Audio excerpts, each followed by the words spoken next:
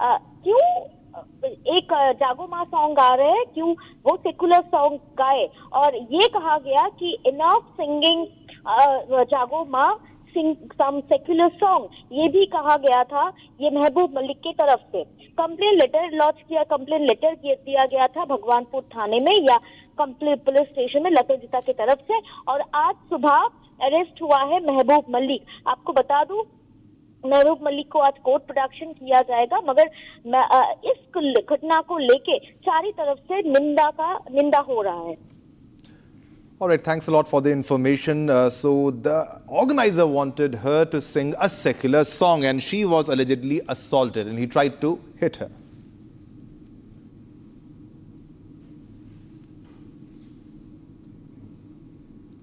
But viewers, let's move on to our next story. The illegal mining in the Aravallis remains our top focus. The Republic investigation has exposed the rampant post-sunset illegal mining across Aravalli range in the state of Rajasthan. The growing momentum of the Save Aravalli movement has reflected rising public awareness that the future of the Aravalli range is directly linked to regional sustainability. Now, just a definition change and you can understand what can happen to Aravallis, where already illegal mining is taking place. It's happening right now.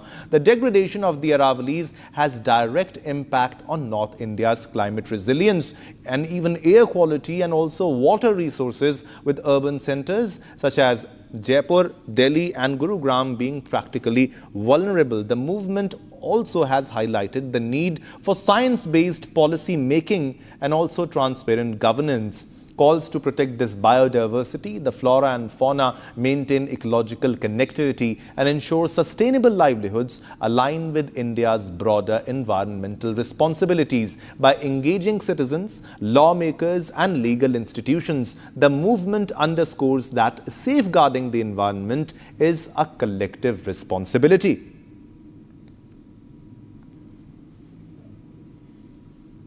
We are here at Ajitpura village in Kotputli, Rajasthan, and we are showing you yet another blatant breaking of law and order. We are showing you, this is the fourth village where we are showing you illegal mining going on against the DGMS order. The allowed span is between sunrise to sunset, and they have clearly just decided to not follow the law, and this, you can see the full mining process going on in a full-fledged way. I'm also going to show you, they use this deep hole blasting method where when they dig around 7 to 8 inches deep some holes, and then they fill it with explosive and then they blast that site. They're doing it around 40 to 50 meters close to the residential area, while the permissible limit is 300 meters only. Because you can see that this is where the deep blasting is actually taking place, and just few meters away from here, this is the residential area. These are the homes which, because of the lack of light, might not be very visible. But this is what is happening. Apart from this, there is on the far end, you can probably see that there is this talab, there's this water body, and the acceptable limit for any deep hole blasting to happen is at least 45 meters away from that water body.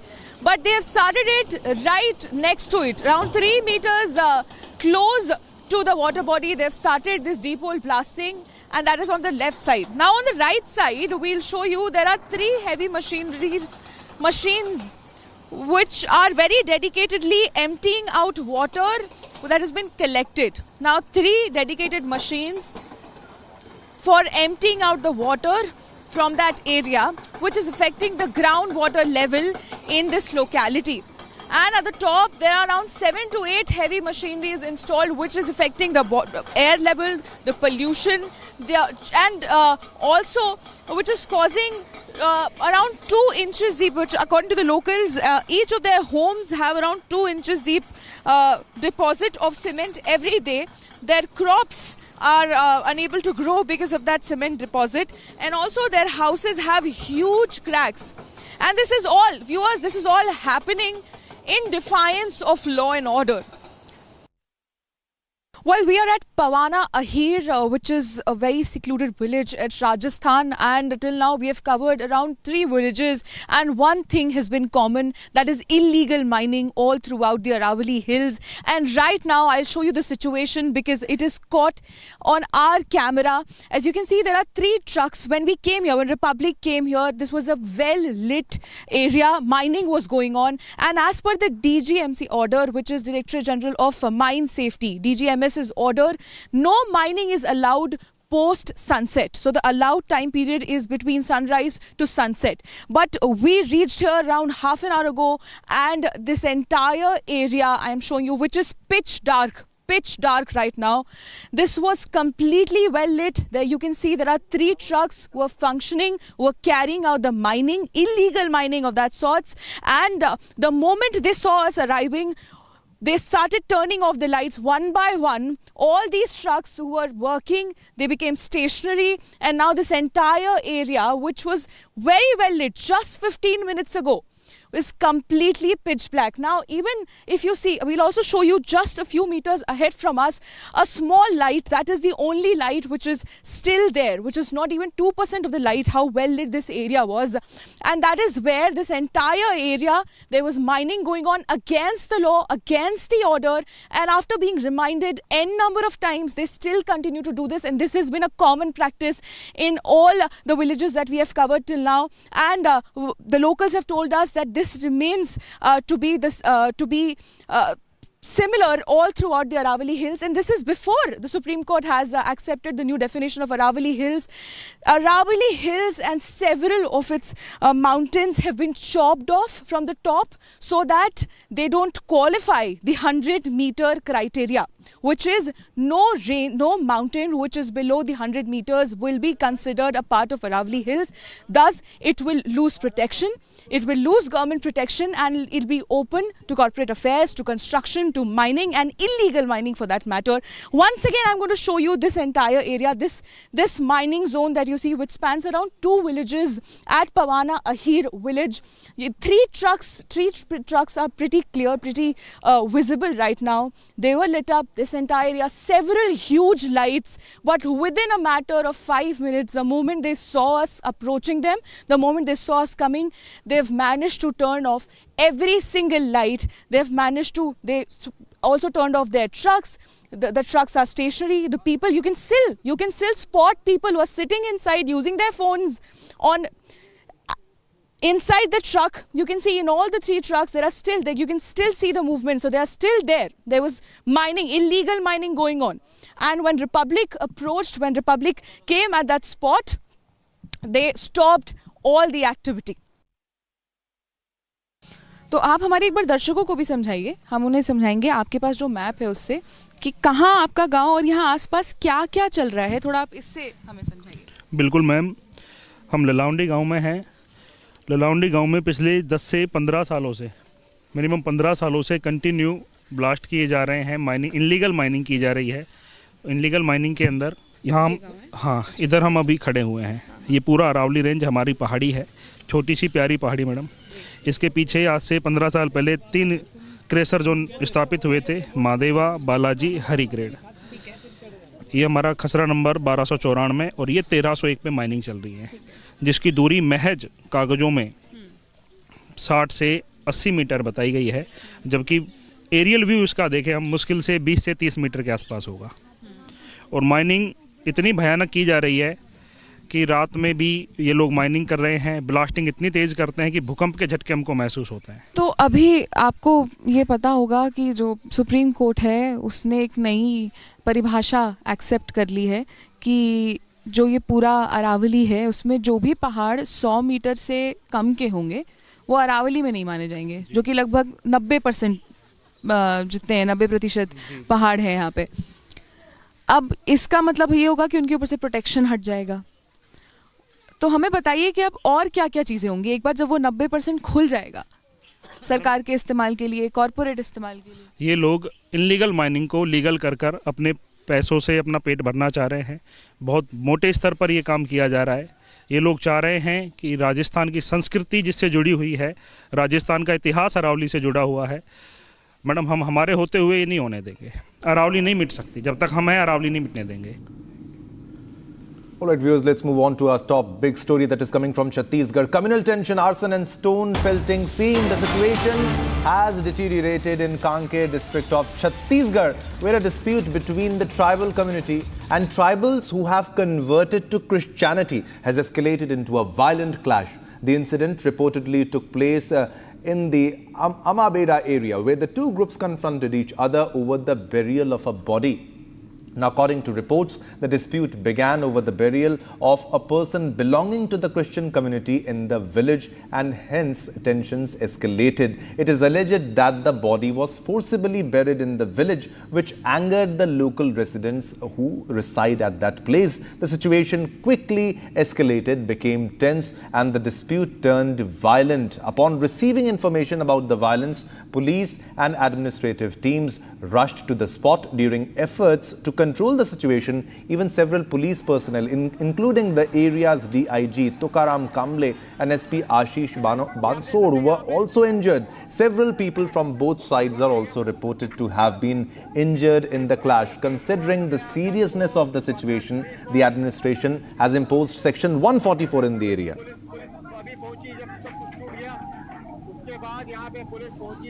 For more information, we are being joined by Bharat. Bharat, what is the situation right now? Is the situation still tense?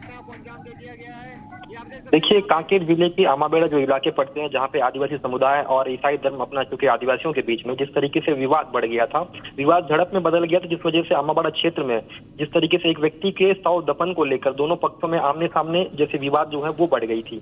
ईसाई समुदाय से जुड़े एक व्यक्ति का शव को गाँव में दफनाने को लेकर जो विवाद का मामला जो है वो सामने आया था, जिस वजह से विवाद इतनी बढ़ गई थी कि वो विवाद हिंसा में परिवर्तन हो गया। हिंसा में परिवर्तन होने के बाद बहुत से पुलिस के जो अधिकारी हैं वो भी घायल हो गए।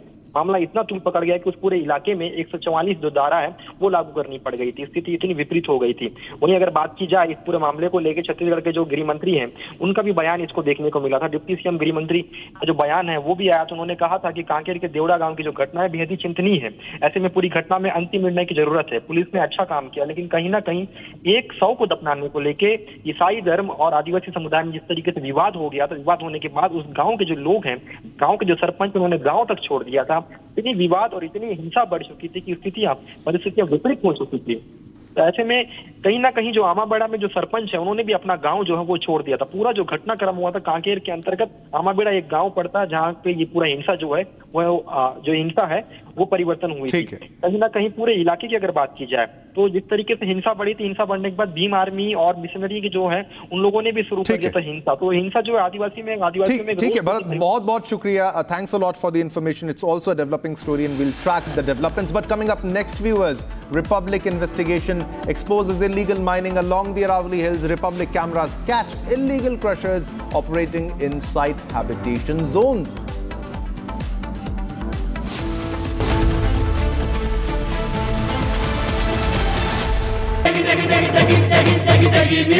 MDH की देगी मिर्च, देगी मिर्च का तड़का, अंग अंग फड़का। MDH की देगी मिर्च। Amity has been ranked among the top universities globally for producing the most employable graduates by the Times Higher Education UK. Yet another testimony to Amity's excellent placement record.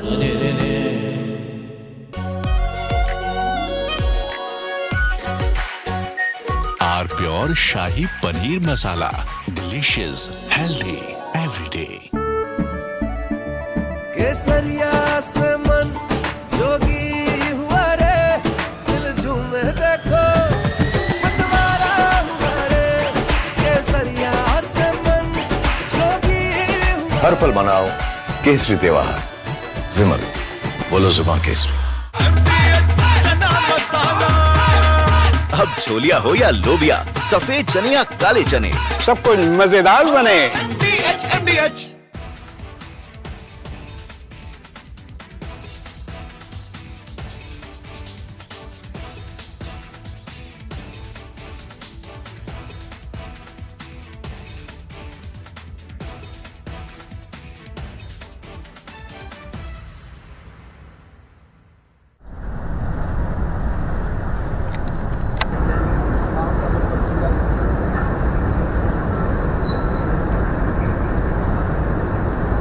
just now felt this entire mountain shiver because there are blasts going on. As we were telling you, usually for the limestone mining, the acceptable range of the blast is around 1 meter, and that won't be so harsh that we could feel this entire mountain feel shake. Yes, definitely. And the kind of, because for cement mining they need a blast.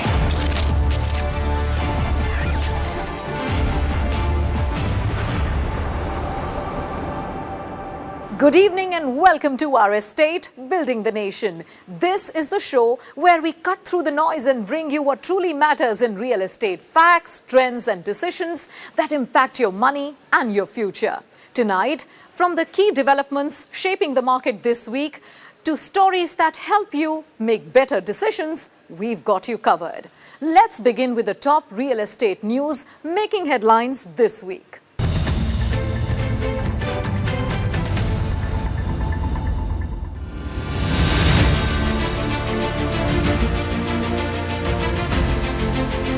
The Ganga Expressway, the second largest expressway in India, is set to open this January, stretching from Meerut to Prayagraj and cutting across 12 districts.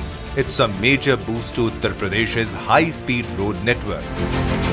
Project officials say just 10 to 15% of Phase 3 is left. Once complete, the expressway will significantly improve access during the annual religious gathering. Spanning 12 districts, the project carries an estimated cost of 5,626 crores.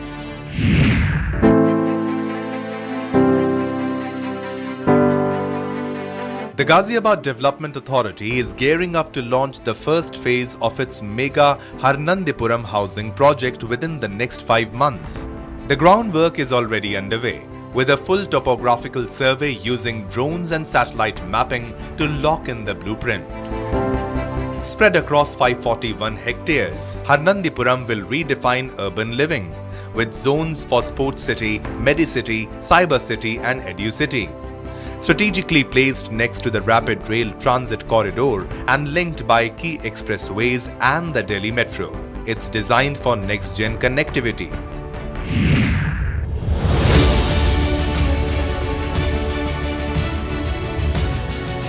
Navi Mumbai is set to roll out its intelligent traffic management system on Palm Beach Road next month. Developed through a PPP model, the NMMC's tech-led pilot aims to upgrade traffic control without adding financial pressure. Once active, the ITMS will adjust signal timings in real time based on vehicle density at every junction. The system is designed to cut delays, ease congestion, and keep traffic moving smoothly across the city. Once you understand what's happening in the market, the next question is, how do we build better spaces to live in? On Design Dialogue today, we bring you a story on Anagram Architects, an award-winning practice known for thoughtful, climate-responsive design and a strong sense of responsibility towards people and communities.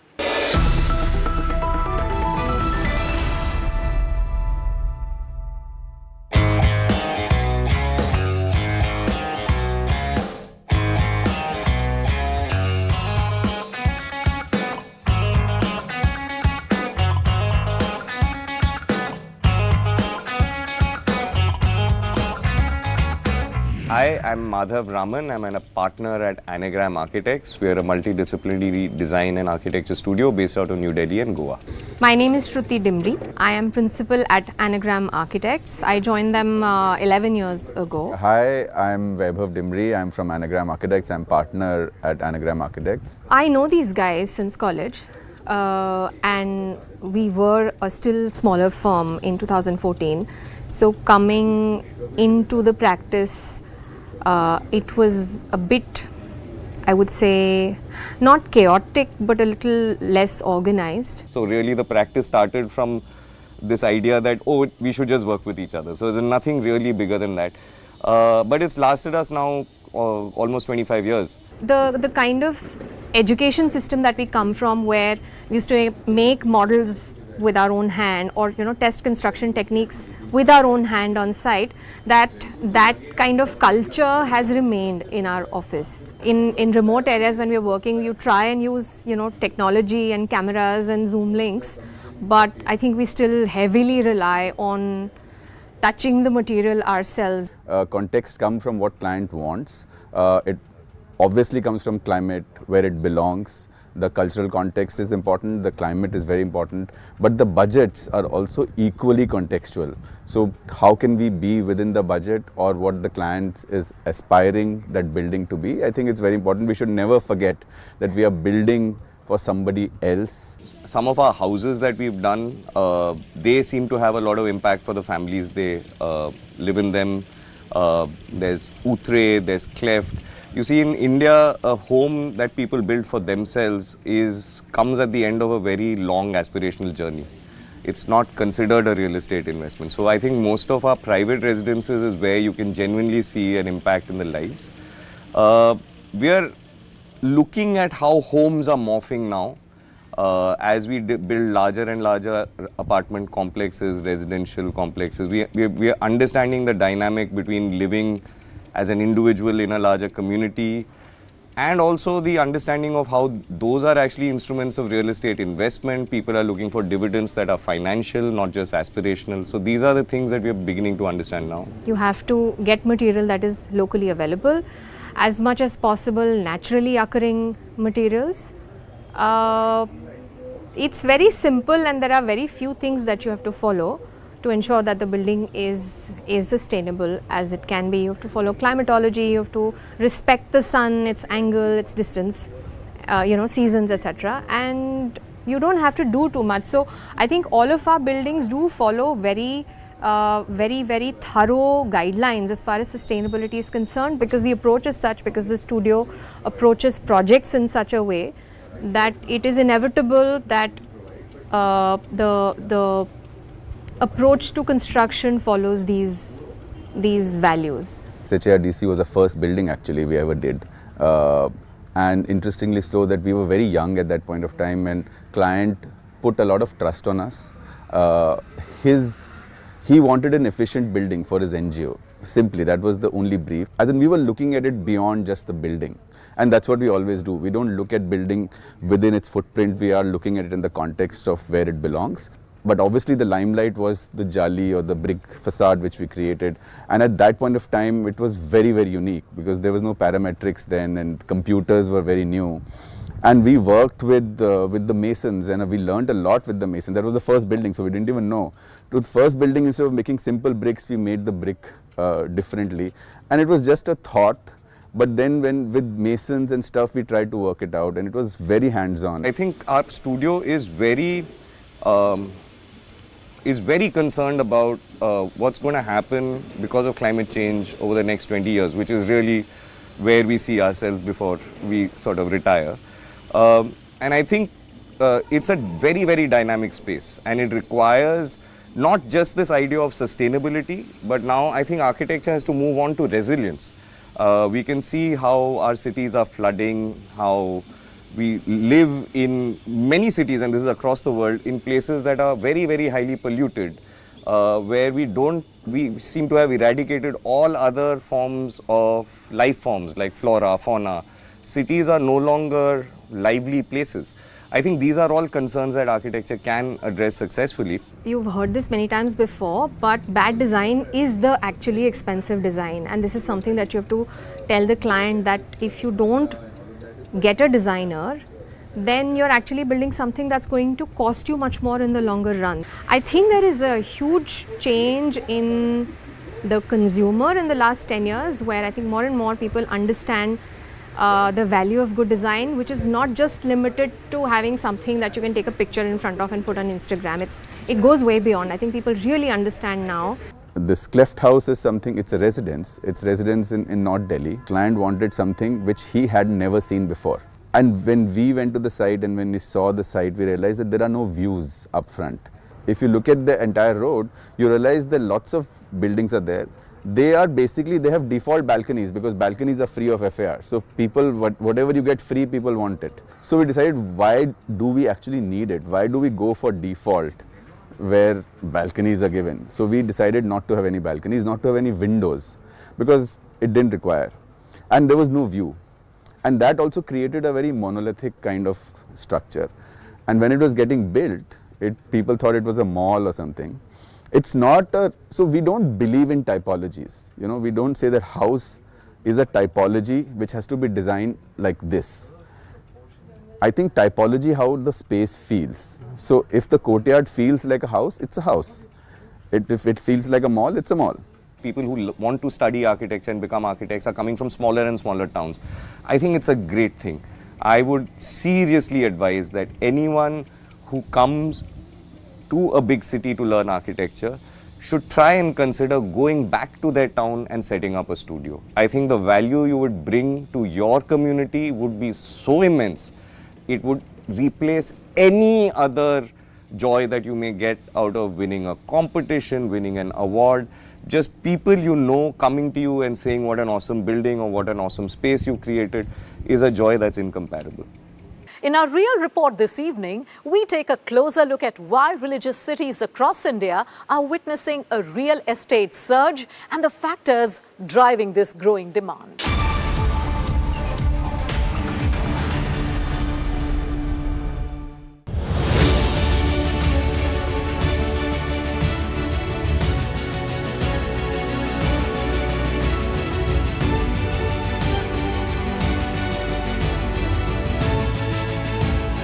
Ayodhya, Kashi, Shirdi, Tirupati, Rameshwaram. Today, these spiritual cities have it all. Airports, rail links, expressways, schools, industry and business hubs. In just 3 years, property prices here have surged over 200%. As infrastructure grows, India's sacred centers are witnessing a powerful revival, driven by a post-pandemic shift towards calmer, purpose-driven living. That momentum is powered by landmark projects, the Ram Temple complex in Ayodhya, the Kashi Vishwanath corridor in Varanasi, and permanent event infrastructure in Prayagraj, dramatically improving access and amenities. Religious tourism is now booming, drawing pilgrims from across the world. The surge is lifting hospitality, retail and housing demand. For many, investing here is emotional, a return to faith and heritage. With leading developers launching modern homes and serviced apartments, these ancient cities are entering a new era of growth and long-term value.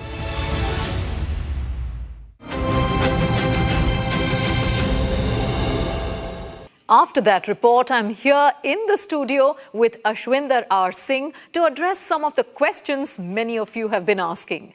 This is the Clarity Corner, and Ashwinder R. Singh will help us in breaking it down for you. So, I have quick questions for you. Let me ask you the first one. For someone looking to sell their property, one of the biggest challenge is pricing it right. How can a seller realistically determine the right price for their home? Now, the right price isn't what you want. It's what the market will pay today. Benchmark against recent sales within 1-2 kilometers, not just listing. Real buyers pay for usability and not nostalgia. Another point to keep in mind is, as a seller, if you price your properties 5-7% below the perceived market rate, the property sells 3 times faster. Yes, it sells 3 times faster. In real estate, time is money and liquidity is the new luxury. Remember, liquidity will always score more than anything else in real estate. There's been a lot of conversation around interest rates. Do you think the recent rate cut will actually translate into higher housing sales? Well, I want to tell you that the world has changed, Indian buyer has changed, and it is all about sentiments. And rate cut is no more the sole driver. Buyers move when jobs, confidence, and supply of real estate aligns. India's housing market is now aspiration driven. It is more aspiration sensitive, not rate sensitive. The new buyer fortunately responds more to lifestyle than to loan rates. I think we give far more importance to rate cuts than we should. Earlier, this was not the case, but now the Indian home buyer and real estate investor is far more evolved. We've seen steady momentum in the luxury housing segment. Do you expect this demand to continue over the next few years? Yes, luxury demand is driven by wealth formalization and not speculation. People need to understand that. Buyers are mostly end users, not flippers. And that is why luxury demand is going to be good.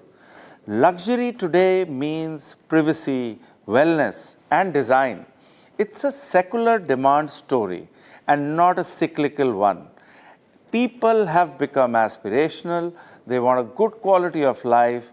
They need good amenities. They need a good standard of living. That's why the luxury demand, according to me, is going to remain consistent, sustainable, and thrive. Why just for 3 years, but maybe for the next decade? And finally, many people see real estate as a long-term investment. Does investing in property still offer the potential for stable passive income? The three pillars of passive income are rental yield, co-investment, and fractional ownership. In today's time and age, all are strengthened by technology, platforms, and blockchain. The smartest investors, according to me, build cash flow before capital gain, rent before resale, yield before the yield curve. Real estate is a great asset class for passive income, but it is also a great asset class for capital appreciation along with passive income. If you keep real estate as a long-term asset class investment instrument, in 10 years, you'll be surprised that it has given more returns than any other asset class ever, whether it is equity, whether it is gold, or anything else. So yes, these are the three things you can keep in mind while choosing real estate as a passive income instrument. Thank you so much, Mr. Ashwinder R. Singh, for joining us here today on Our Estate, Building the Nation. And now it's time to look ahead. In 26 for 2026, we bring you the trends already shaping the future of real estate, quick, focused, and easy to follow.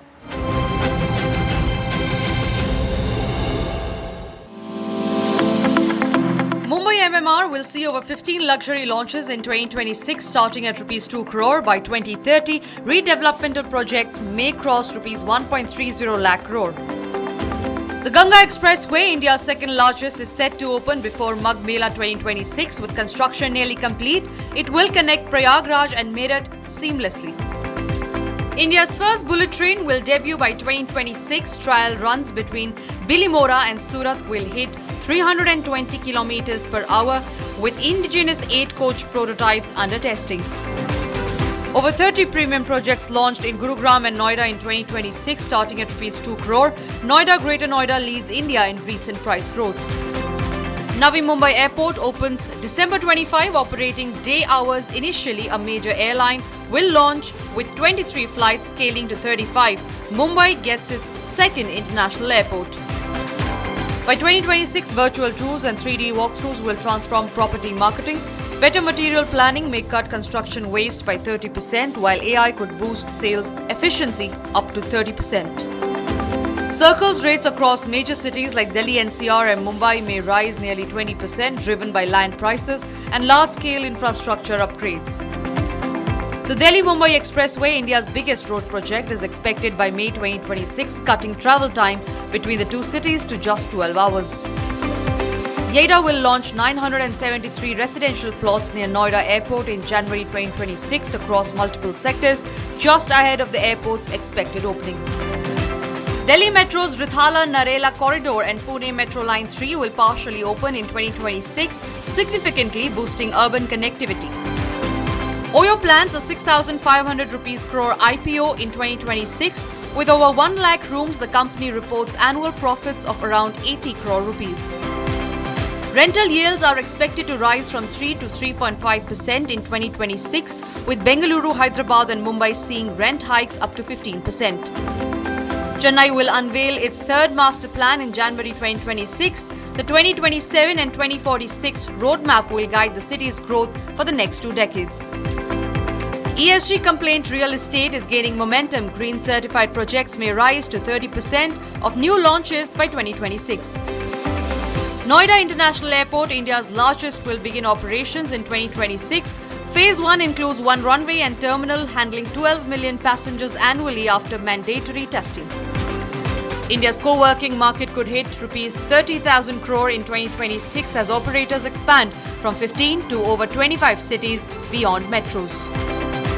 India plans to integrate 20 gigawatt of renewable energy by 2026, building over 10,700 kilometers of transmission lines across Gujarat, Rajasthan and Tamil Nadu. Discussions on RERA 2.0 may begin in 2026, focusing on transparency while addressing developer concerns like faster approvals and realistic timelines.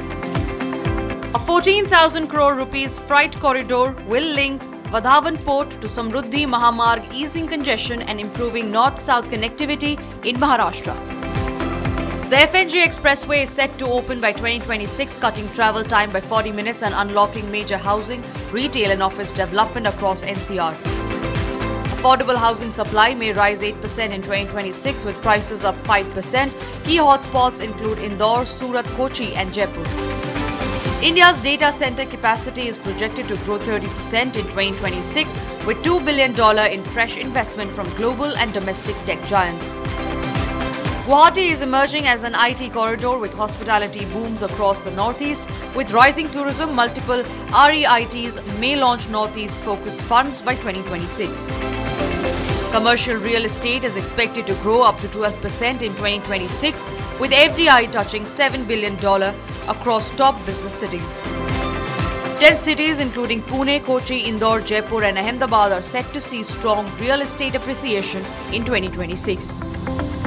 Pepperfry targets a 2026 IPO after $150 million funding and plans 50 showrooms. Sadoxo expands smart cities, Siemens launches smart building services and Ultratech adds major capacity.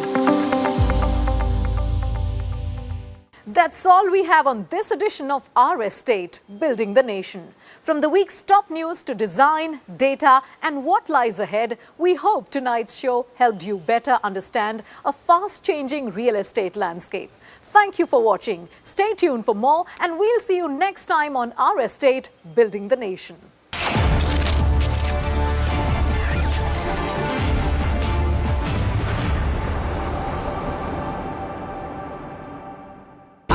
Pure सूजी pasta उबालो मिलाओ और खाओ 8 minute में तैयार। क्या taste है सबका राजा pure masala. Please stop! झुमका तेरा झुमका तेरा झुमका Not there. मेरा काउंटर टॉप टूट जाएगा। तेरा झुमका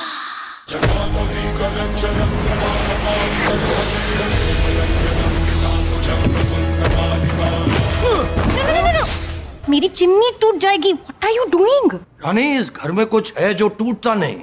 ये पिलर कभी नहीं टूटेगा। रुंगटा स्टील TMT से बना। रुंगटा नहीं तो घर स्ट्रॉन्ग नहीं। रुंगटा स्टील TMT बार एकदम सॉलिड। दादी के हाथों का जादू और खुशबू से महकता घर, माँ की मुस्कुराहट और खाने की सुगंध। MDH गरम मसाला, क्योंकि हर रिश्ता है स्वाद से जुड़ा।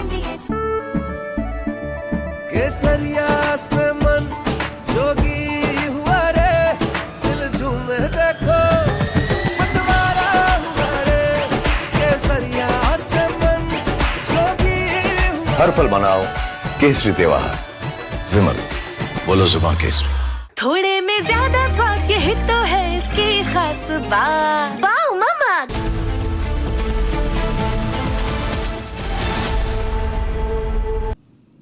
Viewers, the Epstein Files Transparency Act's December 19 deadline prompted the recent release of the Jeffrey Epstein Files, which disclosed a vast amount of information that connects the financer's personal life to his connections to the most influential people in the world.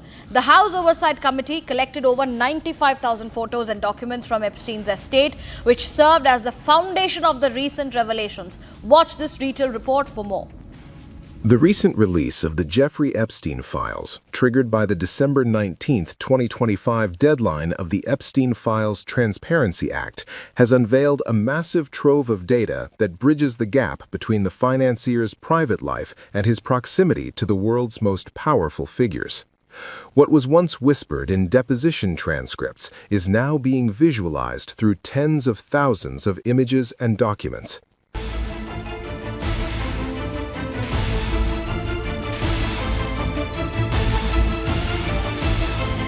The backbone of the recent disclosures is a collection of approximately 95,000 photographs and documents obtained from Epstein's estate by the House Oversight Committee. While the Department of Justice, DOJ, began its mandated release on December 19th, House Democrats had already begun a drip feed of these materials. The files include estate photos, high-resolution images of Epstein's properties, including his Manhattan townhouse and his private island, Little St. James. Photos of a dentist's office in his Caribbean home, BDSM equipment, and peculiar office decor, such as a chalkboard with words written on it. A commemorative book given to Epstein for his 50th birthday, containing notes and signatures from various elites.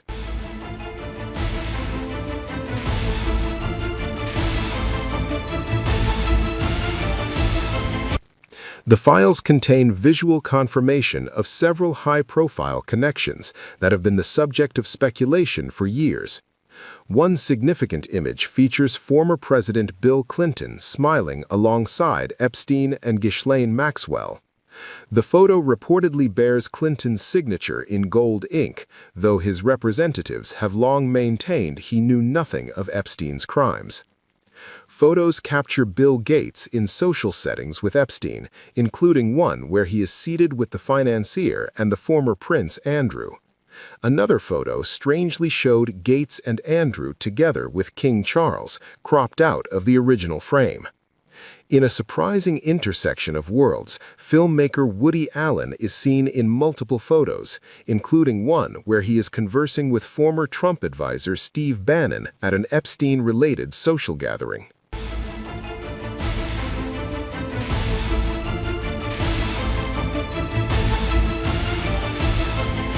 The files offer a nuanced examination of the relationship between Jeffrey Epstein and Donald Trump, which spanned approximately 15 years before a falling out in 2004. Trump appears in at least 3 images from the new batch. One shows him at a Hawaiian-themed party surrounded by 6 women whose faces are redacted. Another shows him sitting with a woman on what appears to be an aircraft. Despite the provocative nature of the photos, investigators and journalists note that none of the images released thus far show Donald Trump engaging in illegal activity or provide smoking gun evidence of involvement in Epstein's sex trafficking ring.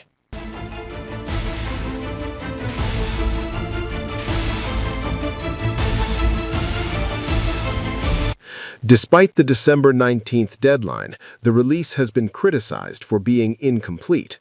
Huge swaths of the 95,000 photos remain unreleased to the public. The House Oversight Committee has stated it is redacting the faces of potential victims to protect their privacy. The Department of Justice released a partial batch on the deadline day, announcing that the remainder of the files would be released over several weeks. This has led to accusations of a cover-up from some lawmakers who argue the DOJ is violating the transparency law.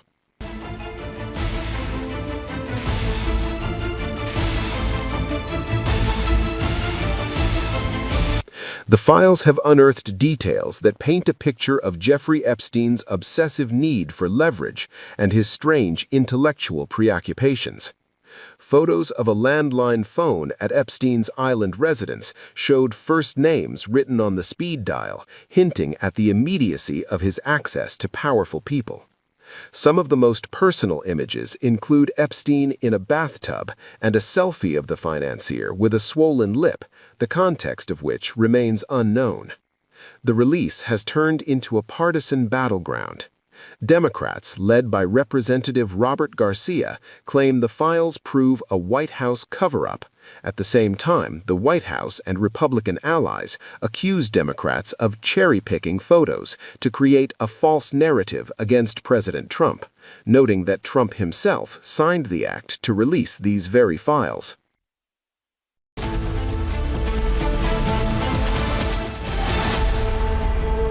ये है secret recipe MDH का जीरा SIP जल जीरा मसाला SIP SIP जीरा SIP MDH का जल जीरा सिप MDH का जल जीरा SIP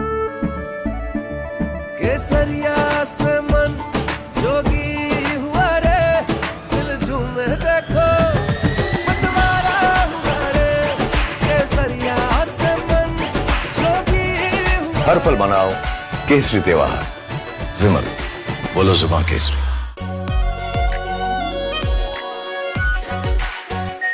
are pure shahi paneer masala delicious healthy everyday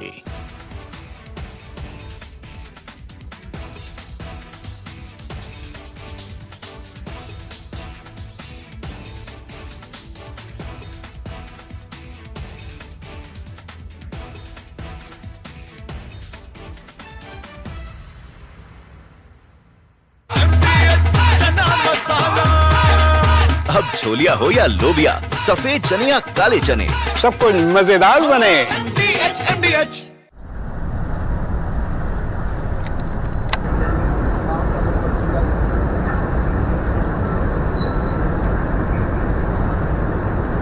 We just now felt this entire mountain shiver because there are blasts going on. As we were telling you, usually for the limestone mining, the acceptable range of the blast is around 1 meter. And that won't be so harsh that we could feel this entire mountain, feel shake. Yes, definitely. And the kind of, because for cement mining, they need a blast of a larger range of something around 50 meters or 60 meters. And when that from Asia's largest news headquarters, setting the agenda for Bharat.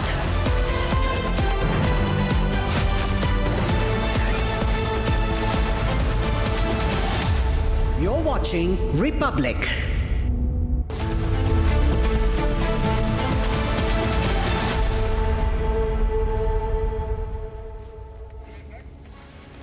Hello viewers, you are watching the Republic TV. This is Shivam Dutt Mehta, and in this bulletin we will bring you the top national and international stories. But first up, the headlines. Shocker comes to light from Karnataka's Bagalkote. A 16-year-old mentally challenged boy brutally thrashed with belt and plastic pipe on camera. FIR filed in the case. Bengali singer alleges assault bid over Jago Ma performance.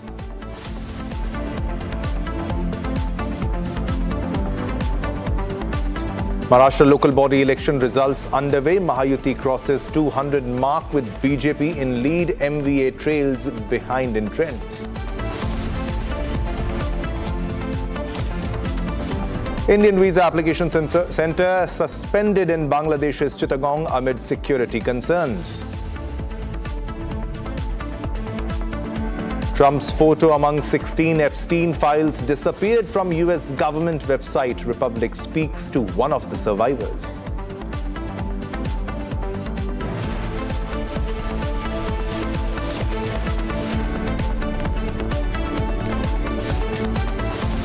All right, viewers, let's start with the top breaking news that's coming in at the moment. Indian visa application center has been suspended in Bangladesh's Chittagong amid security concerns.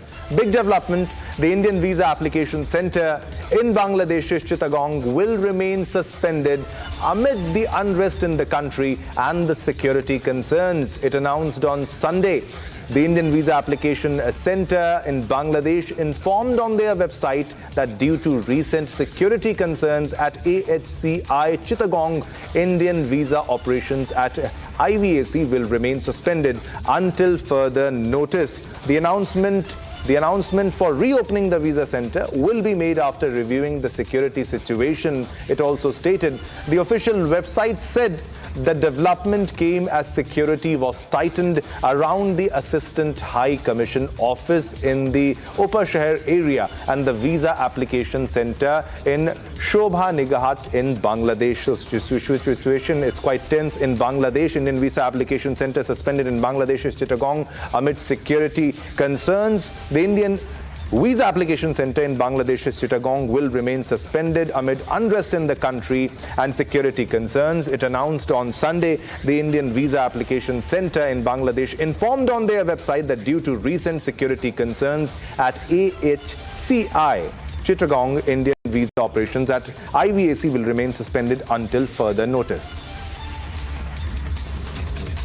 For more information, we are being joined by Kishle on phone line. Kishel, what are the latest updates? The Indian Visa Center has been suspended in Chittagong. Well, exactly. Looking at the situation in Bangladesh right now, the law and order has been completely shattered. We have seen radicals out on the loose and we've seen a Hindu man being lynched and burnt. In that situation, also we have seen that there were protests outside the Indian Embassy and the Indian Visa Application Centers. The latest news is the Indian Visa Application Center, IVAC, in Chittagong has been suspended for now. It was decided last night that it will be suspended, in fact, and now the decision has been made. Now the announcement has been made. On the other hand, 3 other visa application centers in several other parts of the country are right now under closure, one in Dhaka and 2 other in different parts of Bangladesh are also closed. In the IT park in Dhaka has also been closed. So about 4 visa application centers of India in Bangladesh right now has been closed down by Indian authorities. Looking at the deteriorating law and order situation of the country, we've seen that the mob completely out of control came very close to the Indian embassy 3 days back after Osman Hadi's death was announced, and the police had to really push them back. And now looking at the security of the personnel inside the visa application centers, India has decided to close these centers till the law and order situation improves. All right, Kishle, stay with us. We are moving on to another big breaking development that we are receiving at this moment, and another big development that has come as Bangladesh court imposes travel ban on ousted PM Hasina and 16 others. A court in Bangladesh has imposed a travel ban on deposed Prime Minister Sheikh Hasina, who is currently in India, along with 16 others. The order was issued on Sunday by a Dhaka court after an application was filed by the Anti-Corruption Commission, ACC. Now, according to the Commission's spokesman, Tanzir Ahmed, those named in the order include Awami League General Secretary Obaidul Qadir, Presidium members Amir Hussain, Amu Tofel Ahmed and Khandakar Musharraf Hussain, former Law Minister Anisul Haq Muhammad Abdul Manan, Man Siddiqui, Muhammad Farooq Jalil, Shafiqul Kareem, Firoz Iqbal, Ibn Alam Hassan, Muhammad Aftab Hussain Khan, Muhammad Abdus Salam, Monir Uz Zaman Chaudhry, Salina Chaudhry and Ikram Iqbal. The ACC said the order was made by Dhaka Metropolitan Senior Special Judges Court during the court's vacation period. Now, court documents filed by Anti-Graft Agency indicate the travel ban is linked to allegations of financial irregularities involving a toll collection contract awarded during Hasina's time in office. So another development for Sheikh Hasina, a big development. Kisle is again on the phone line with us. Kisle, tell us more about this development. Her ID cards have already been suspended. And what more? Well, these developments really doesn't mean much to Sheikh Hasina, who is currently in an unknown location in India. As per sources, we have seen that there was a death sentence that was pronounced a few weeks back in Bangladesh, and Sheikh Hasina was, in fact, was sentenced to death. On the other hand, there was several other members of Army League who have been right now under scanner, And now this travel ban, which has been promulgated by a court in Bangladesh after the application of Anti-Corruption Commission, is now on order, but it really doesn't mean anything, as Sheikh Hasina and all the members who have been named are not really in Bangladesh right now, and even if they are in Bangladesh, their location is not known to the authorities. So the police is, at one hand, looking for these people who have been named. Most of them are Army League leaders and Army League leaders who have been who are right now not in Bangladesh, and some of them, some of their location is not known to the police. That is what the order says. So they're looking for them, but Sheikh Hasina, who is right now in an unknown location in India, has already been sentenced to death on a different account. She has been sentenced to life imprisonment, and now another rule comes where her travel ban is promulgated by a court in Bangladesh, but it really doesn't mean anything to her as she is not in Bangladesh. All right, Kishle, thanks for the information. This is a developing story, and we'll share more info as the story develops. Let's move on to our next news segment, ladies and gentlemen, which is Bharat in 1 minute.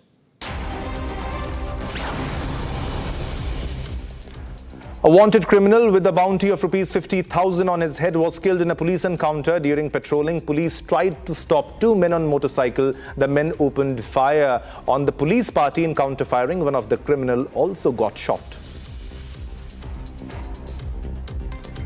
National capital wakes up to thick blanket of toxic smog, reducing visibility and causing discomfort to residents across the city. Several parts of the city experienced a dense haze, with pollution levels remaining alarmingly high. 4 criminals were injured and 1 accused arrested following a police operation in Balia after the suspects opened fire at police. Police confirmed that a detailed investigation is ongoing and strict legal action will be taken against all individuals involved in the crime.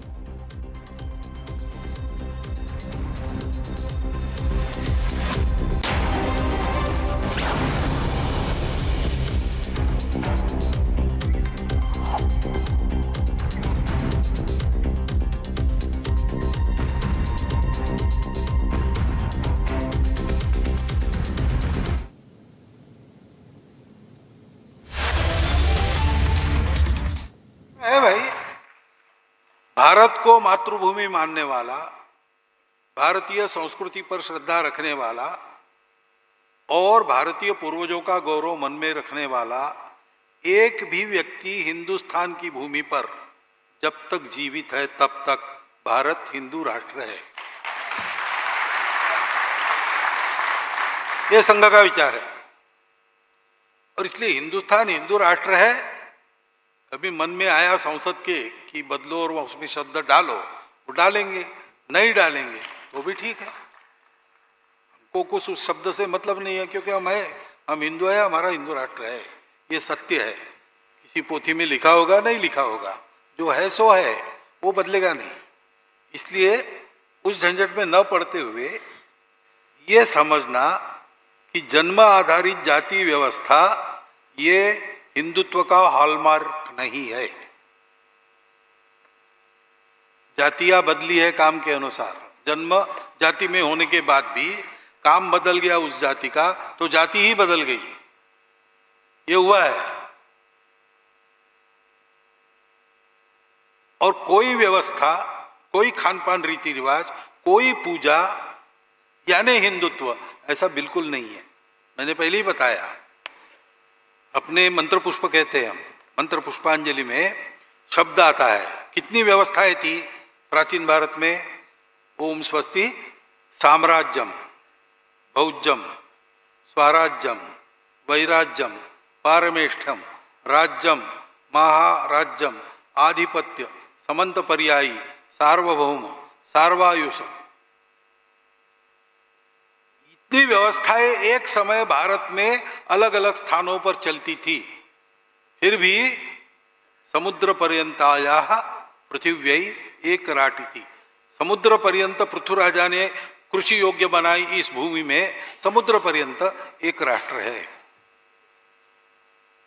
तो ये जरूर नहीं कि आज हम हिंदू राष्ट्र है ऐसा सबने मान लिया तो वो जाति व्यवस्था ही आनी चाहिए। हम कोई दूसरी नई व्यवस्था बनाएंगे, समता न्याय पर आधारित, जन्माधारित न हो, गुणकर्माधारित हो, कुछ भी हो, उस समय का समाज विचार करेगा और अपने विकास के लिए और सब में सद्भावना के लिए, सबके विकास के लिए अनुकूल व्यवस्था ले। व्यवस्था तो बदलती है समय के अनुसार, और इसलिए हिंदुत्व यानी जाति व्यवस्था, वर्ण व्यवस्था, ये समीकरण गलत है। कोई भी व्यवस्था एक नहीं, वो बदलती है देश काल परिस्थिति अनुसार। पूजा प्रत्येक व्यक्ति की अलग हो सकती है, खान पान रीति रिवाज भूगोल के अनुसार बदलते हैं, ये सारा बदलने वाला है। इन सब में एक बात है, सर्व समावेशी संस्कृति। उसके लिए जिन्होंने काम किया वो पूर्वज, और जिनके कारण हम ऐसे बने वो हमारी मातृभूमि।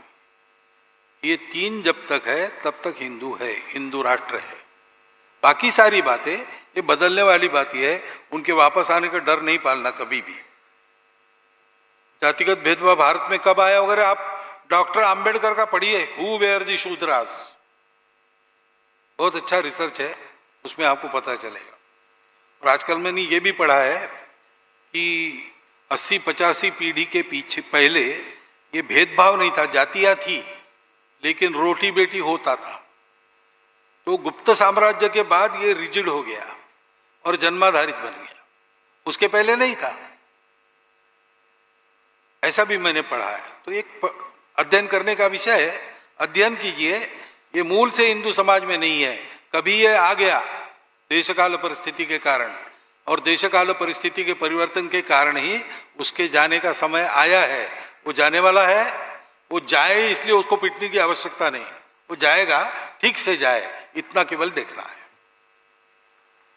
इसके और हमारी एक राष्ट्रीय पहचान है, वो पहले से है, हम हिंदू है,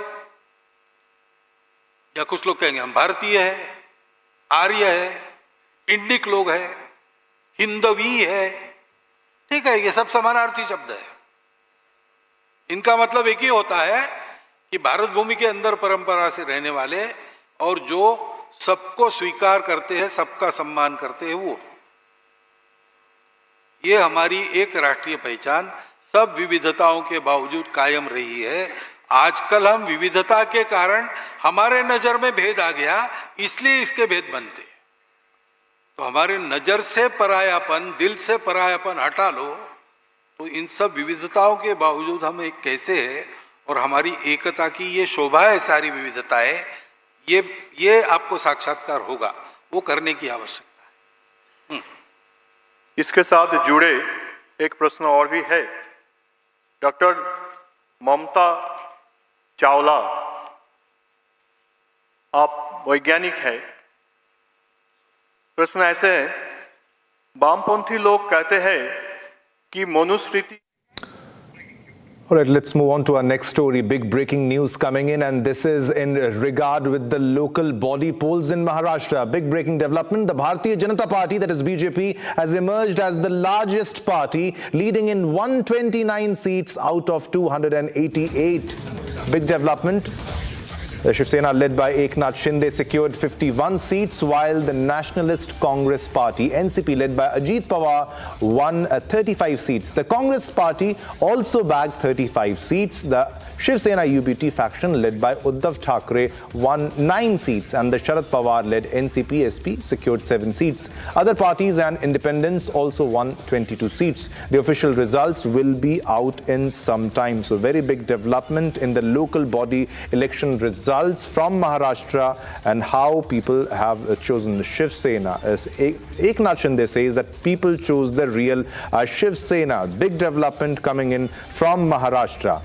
The Bharatiya Janata Party has emerged as the largest party, leading in 129 seats out of 288. The Shiv Sena SS, led by Eknath Shinde, secured 51 seats, while the NCP, Nationalist Congress Party, led by Ajit Pawar, has won 35 seats. The Congress Party has also bagged 35 seats. The Shiv Sena UBT faction, led by Uddhav Thackeray, has won 9 seats, and the Sharad Pawar-led NCP SP secured 7 seats. Other parties and independents won around 22 seats. The official results will be out in some time. Big development for Maharashtra.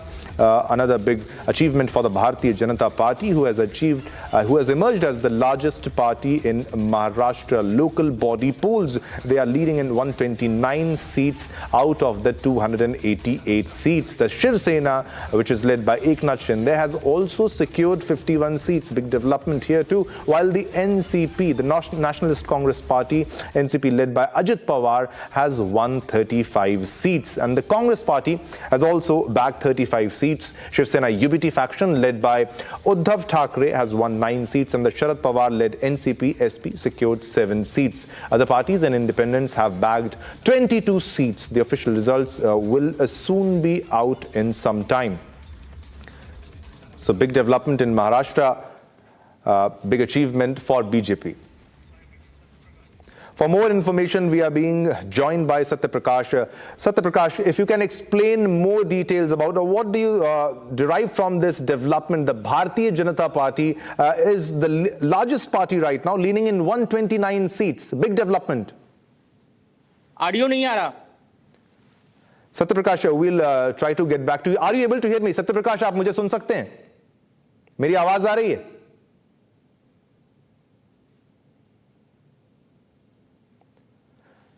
All right, we'll try to get back to Satyaprakash for more details on this story. A bit of technical issue there, and we'll get back to Satyaprakash. But it is a very big development for Maharashtra local body polls, and BJP is the largest party in Maharashtra local body polls. Again, a big achievement for the Bharatiya Janata Party and Maharashtra local body polls. Mahayuti wins big development. 129 seats for BJP, leading in 129 seats out of the 288 seats, and the Shiv Sena, led by Eknath Shinde, had secured 51 seats, while the Nationalist Congress Party, NCP, led by Ajit Pawar, has also won 35 seats. The Congress Party is gaining around 35 seats. The Shiv Sena UBT faction, led by Uddhav, has won 9 seats, and the Sharad Pawar-led NCP SP has secured 7 seats. Other parties, independents, have also won 22 seats. So, Maharashtra local body polls, BJP has come up as the largest party in the local body polls.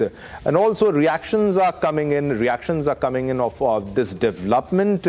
And they are also saying that the results of Maharashtra local body polls, this is what is being said by Eknath Shinde, it's just a trailer of what's to come on January 26 civic polls. Big development. All right, viewers, let's move on to our next big story. The Indian rupee's steady fall against the dollar has become one of the defining economic stories of late 2025. The slide reflects a mix of global and domestic pressures, foreign investors pulling money out of Indian markets, a widening trade deficit, and uncertainty around US trade policy. As the rupee weakens, imports such as oil, electronics, and machinery become more expensive, feeding inflation and raising everyday costs for households. At the same time, exporters in IT services, textiles, and pharmaceuticals find their products more competitive abroad, which can support growth in those sectors. The rupee's decline is therefore a double-edged sword, offering opportunities for some while straining others. Nirmala Sitharaman replies to a question on the sliding value of the rupee. Rupee has lost less than 1% of its value against the US dollar. Indian rupee has plummeted to an unprecedented low. Rupee has reached a key psychological threshold as the rupee free fall continues for 16 straight months. Imagine you're standing at a petrol pump watching numbers climb faster than you expected. Or you're in a medical store quietly calculating whether to buy the full strip of tablets or just half for now. Or maybe you're scrolling on your phone and notice my OTT subscription fee just shot up 20% in 1 month. All of this points to one thing. Somewhere in the background, something invisible has shifted. The invisible thing is the Indian rupee. It's a historic low for the Indian rupee. That's very sad. जब dollar Manmohan Singh ji के time में जब high चल रहा था तो इन लोगों ने क्या कहा था, तो आज क्या जवाब दे रहे हैं इनसे पूछिए ना. प्रधानमंत्री जी को बधाई 90 तक पहुंचाने के लिए 100 तक पहुंचा देंगे जिस गति से रुपया जा रहा है. The fall of the rupee is not a breaking news event for most people. It doesn't arrive with sirens. It creeps in slowly, quietly, And by the time you notice it, it has already eaten into your monthly budget. What makes this harder to grasp is that the rupee has been falling for so long that many of us have grown up assuming that this is normal. In 1947, $1 was worth around 3 rupees. In the early 90s, it crossed 17. Today, it's hovering around 91. Well, it is a deliberate choice, I think. The RBI is allowing the rupee to depreciate. This is not a very drastic depreciation. Of course, when you look at things like 90 rupees to the dollar being a level that is close to being breached, etc., it seems rather dramatic. But the reality is that the rupee has depreciated less than 10% against the dollar this year. This is not a one-year story. It's a generational one. And to understand why this keeps happening, we have to start very far from India, thousands of kilometers away, in the United States.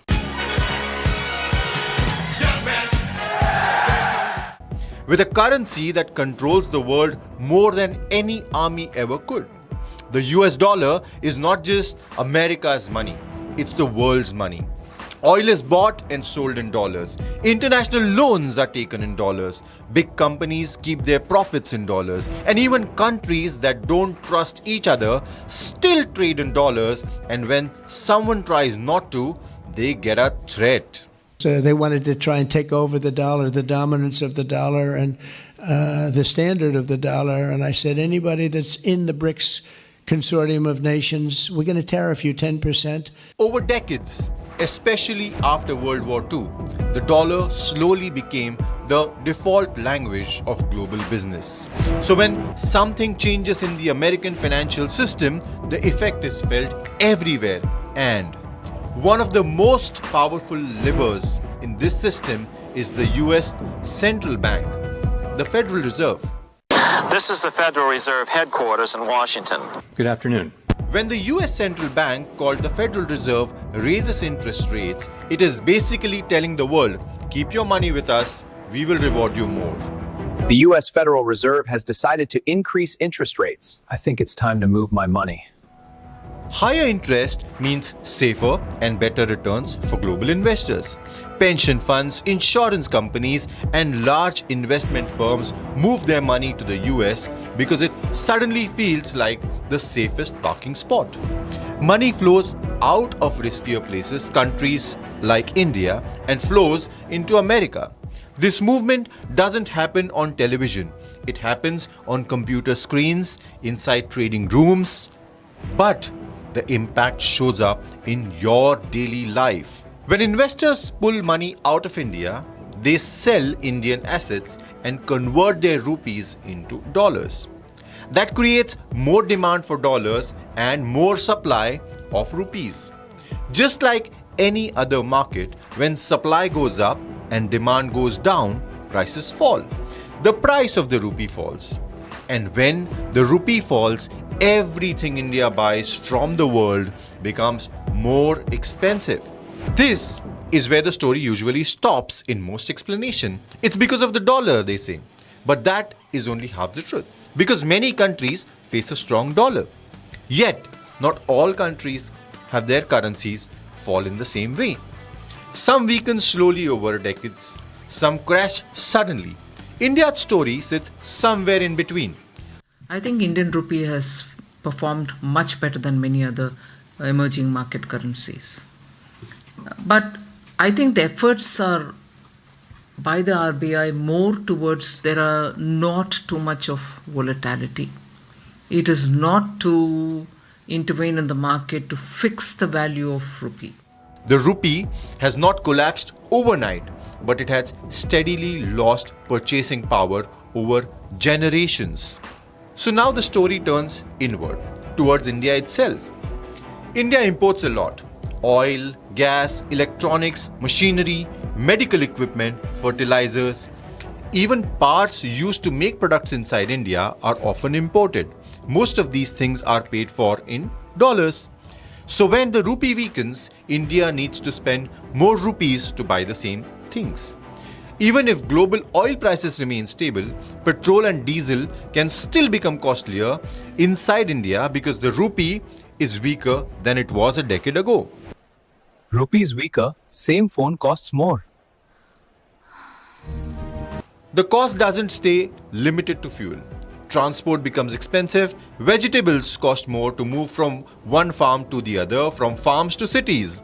Bus fares, cab fares, delivery charges, everything feels slightly heavier on the pocket.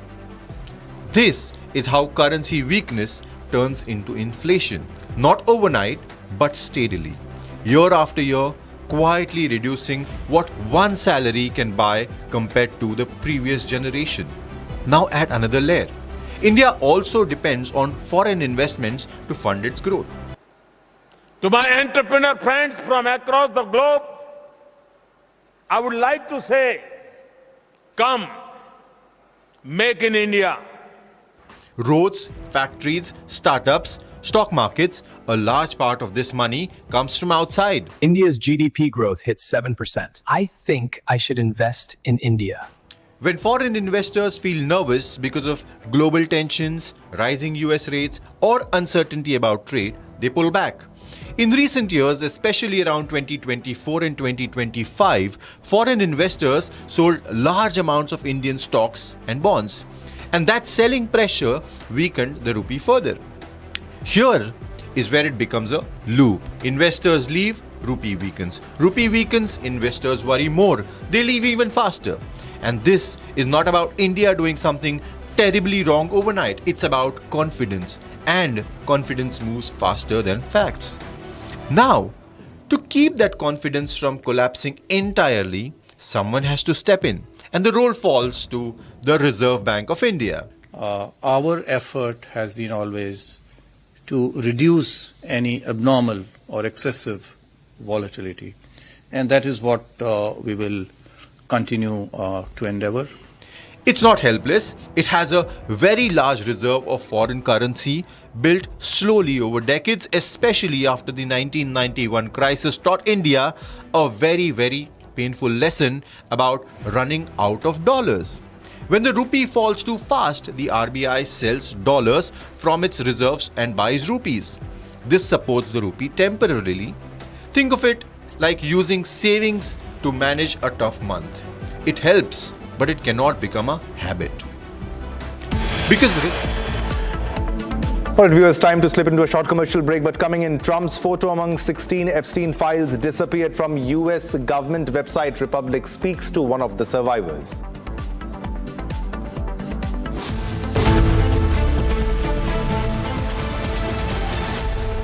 MDH की हल्दी मिर्ची धनिया करे कमाल, ये रंग दे, ये खुशबू दे, ये तीखा, ये कम पड़े, क्या निराला MDH मसाला। केसरिया से मन जोगी हुआ रे, दिल झूमे देखो मतवारा हुआ रे, केसरिया से मन जोगी हुआ। हर पल मनाओ केसरी त्योहार।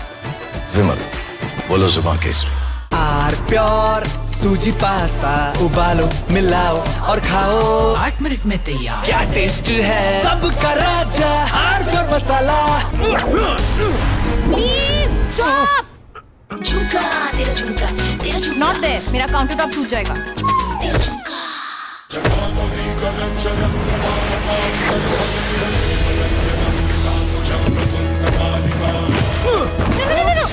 मेरी चिमनी टूट जाएगी। What are you doing? रानी, इस घर में कुछ है जो टूटता नहीं। ये पिलर कभी नहीं टूटेगा। रुंगटा स्टील TMT से बना। रुंगटा नहीं तो घर स्ट्रॉन्ग नहीं। रुंगटा स्टील TMT बार एकदम solid.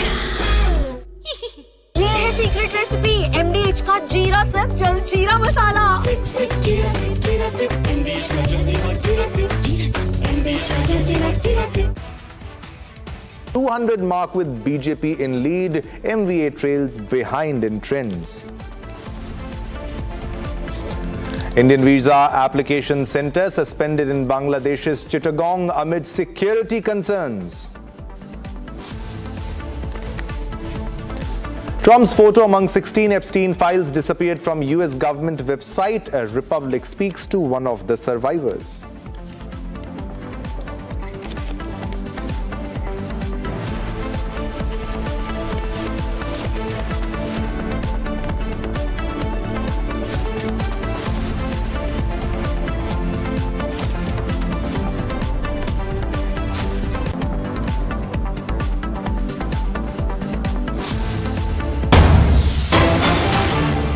All right, viewers, we are getting a very big breaking news coming in right at this moment.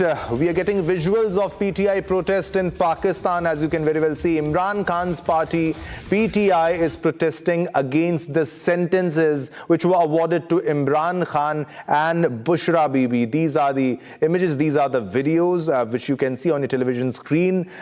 Visuals of the PTI protest which is happening in Pakistan. This after a sentence was awarded to Imran Khan and Bushra Bibi. For more information on this, we are being joined by Gursimran. Gursimran, what are the latest updates? What exactly is happening in the streets of Pakistan?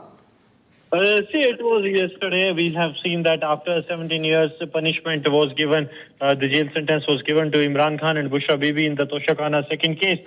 It was very evident that it is going to rock the streets of Pakistan, especially Islamabad. We have seen that Imran Khan has given directions to Sohail Khan Afridi, who happens to be the Chief Minister of Khyber Pakhtunkhwa, to intensify the protest and hit the streets. And now what we are witnessing, that PTI workers and the cadres have hit the streets. They are saying that injustice has been done, and it was actually on the expected lines. Reason being that the way DGISPR came out in open against Imran Khan and the Pakistan Tehreek-e-Insaf last week, it was evident from that very moment that now the way for Imran Khan, it is not going to be a cakewalk. It is going to be a path of thorns that he has to cross, and the Pakistani army and the establishment will ensure that Imran Khan suffers way bigger than he has been suffering for the last 3 years. So now that is happening on ground, and we know that in Pakistan, the establishment has always been on the upper edge when it comes to the courts, and that was evident yesterday when Imran Khan and Bushra Bibi were given 17-year sentence in the Toshakhana 2 case. All right, Gursimran, thanks for the updates. This is a developing story. We'll get more to you viewers as the story unfolds, because you can see the visuals of protest in Pakistan. Let's move on to another big story that we are receiving right now. In a disturbing and inhuman incident, a 16-year-old mentally challenged boy. This is a disturbing video. He was brutally assaulted at the boarding school in Bagalkote. The victim, whose name is Deepak Rathore, was allegedly beaten with a belt and plastic pipe by his own teachers, Akshay Indulkar. Along with his wife, he was beating the student, and not just beating, he was even laughing. While he was beating the student, he was withering in pain. The residential school is run by the couple. The attack on the boy continued even after he fell on the ground and was rolling and writhing in pain, as you can see very well from the visuals. They even threw chili powder into the boy's eyes, stated a police complaint which was filed by the boy's parents. Just imagine, the boy's parents were paying for him to stay at that boarding school, and he was assaulted definitely on a daily basis. It must be. They are beating him with a plastic pipe, a belt. They are even throwing chili powder in his eyes. Brutal visuals, brutal, unbecoming of teachers. And just imagine, this was an NGO-run school, and they were beating students like this. And he was a mentally challenged boy. He's a mentally challenged boy. It occurred a few months ago, and the visuals are now out, and action is happening. Action is being taken place, and very well, as you can see from the visuals, he is being beaten with a plastic pipe, brutally beaten. A mentally challenged boy who's already facing troubles in his life, and he is being beaten by his own teachers, who should have acted, who should have played the role of protectors, and these inhuman teachers are beating him in front of everybody else. So police action has taken place here, as you can see from the visuals. He has been taken. All right. We have Sangappa, DC Bagalkote with us. Sir, if you can tell us the latest updates, what are the latest developments? What action has been taken against these inhuman teachers, sir? The FIR has been registered four people, 2 cooks and to whom they are in, Akshay and Anandji. The FIR has been registered. Out of 32 children who have been stayed here, we have informed yesterday only to the parents. 28 parents have came and they have taken their children back. 4 children are there. We have informed their parents. All right. And yesterday we have done medical checkup with help of our district health officer and even psychiatrist also. The action has been taken by the district administration. All right, sir. Was this an NGO and it did not have mandatory license also, sir, as we are getting the information? Is it true? And are all children shifted to some other locations, or have the parents taken them home? Because these visuals are disturbing, sir. No. Parents have taken back to their home, and we have informed them. We have got other two schools which have taken permission from the department, one at Amingarh and one at Thagi. We have informed them, parents, if they agree, willing, we will shift the children to the concerned institutions. But now they have taken to there, they have sought some time. Sir, we will come back, they have told. Now, out of 32 children, 28 children's parents have taken back to their home. All right. Thanks a lot, Mr. Sangappa, DC Bagalkot, who joined us for more information on this development which we saw, how brutally this child was beaten, and with a belt and with a plastic pipe, and he was withering in pain. He was asking for help. He was mentally challenged and inhuman, unbecoming of teachers. Just imagine, the parents were paying. They were paying for their kid, for their child, and he was receiving such a bad treatment. We also have Siddharth Goyal, SP Bagalkote, who has joined us to talk about more on this incident. Sir, under what sections have action been taken place? And the FIR has been registered, we are hearing. Sir. All right. It seems the line got disconnected. We'll try to get back to Siddharth Goyal, SP Bagalkote. But the visuals are horrifying and disturbing visuals, as you can very well see on the screen. He's just merely a 16-year-old boy who is mentally challenged, and this is the way they are treating him. They are beating him. They're beating him brutally. They're beating him with belts. They are beating him with a plastic pipe. And even the wife of the teacher is allegedly involved in the beating, and they are laughing after brutally thrashing this little young boy who was mentally challenged. Disturbing visuals, as you can see, and it took place a few months ago, around 3 months ago, as we are getting more intel, more information about this story. This was run by under an NGO. Okay, all right, we now have Siddharth Goyal, who is the SP of Bagalkote. Sir, under what sections have action been taken place? The FIR has been registered. And if you can tell us more about this incident, the details of the crime, the horror, sir.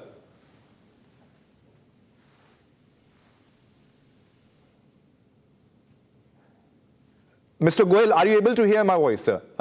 Can you tell me under what sections of the FIR has been registered against these culprits, sir?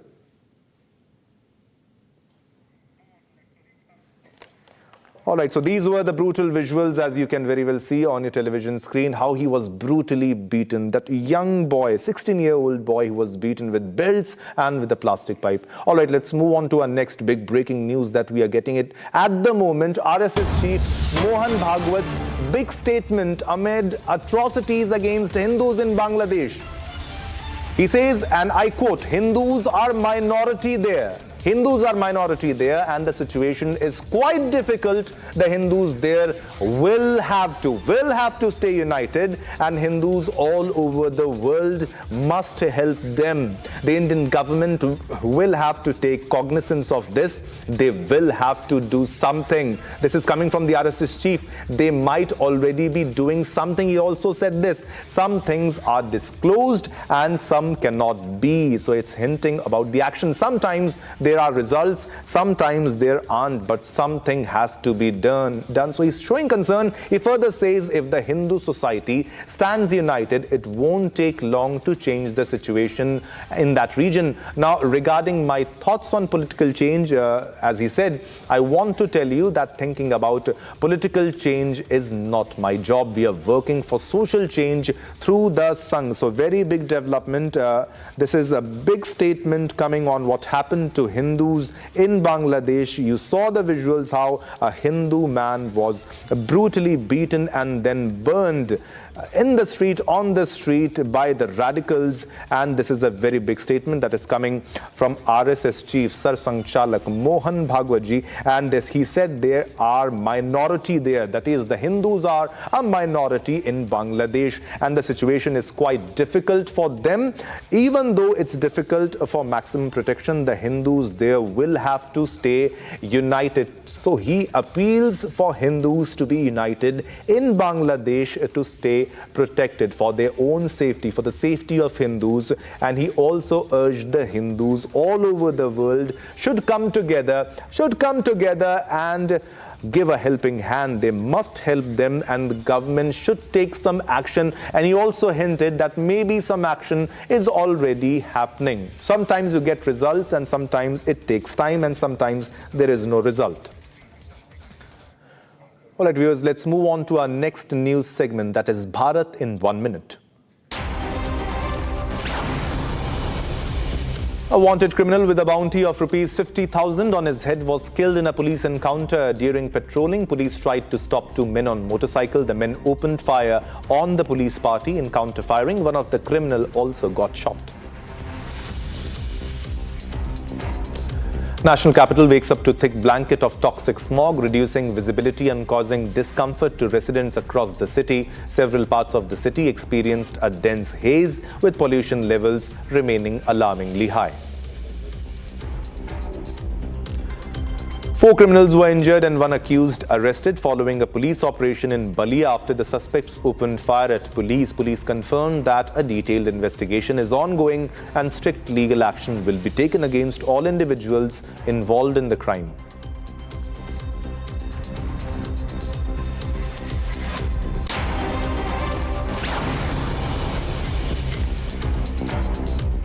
All right, viewers, let's move on to our next top story. The Indian rupee's steady fall against the dollar has become one of the defining economic stories of late 2025. The slide reflects a mix of global and domestic pressures. Foreign investors pulling money out of Indian markets, a widening trade deficit, and uncertainty around US trade policy. As the rupee weakens, imports such as oil, electronics, and machinery become more expensive, feeding inflation and raising everyday costs for households. At the same time, exporters in IT services, textiles, and pharmaceuticals find their products more competitive abroad, which can support growth in those sectors. The rupee's decline is therefore a double-edged sword, offering opportunities for some while straining others. Nirmala Sitharaman replies to a question on the sliding value of the rupee. Rupee has lost less than 1% of its value against the US dollar. Indian rupee has plummeted to an unprecedented low. Rupee has breached a key psychological threshold. As the rupee free fall continues for 16 straight months. Imagine you're standing at a petrol pump watching numbers climb faster than you expected. Or you're in a medical store quietly calculating whether to buy the full strip of tablets or just half an hour. Or maybe you're scrolling on your phone and notice my OTT subscription fee just shot up 20% in 1 month. All of this points to one thing. Somewhere in the background, something invisible has shifted. The invisible thing is the Indian rupee. It's a historic low for the Indian rupee. That's very sad. जब dollar Manmohan Singh ji के time में जब high चल रहा था तो इन लोगों ने क्या कहा था, तो आज क्या जवाब दे रहे हैं, इनसे पूछिए ना. प्रधानमंत्री जी को बधाई 90 तक पहुंचाने के लिए 100 तक पहुंचा देंगे जिस गति से रुपया जा रहा है. The fall of the rupee is not a breaking news event for most people. It doesn't arrive with sirens. It creeps in slowly, quietly, and by the time you notice it, it has already eaten into your monthly budget. What makes this harder to grasp is that the rupee has been falling for so long that many of us have grown up assuming that this is normal. In 1947, $1 was worth around 3 rupees. In the early 90s, it crossed 17. Today, it's hovering around 91.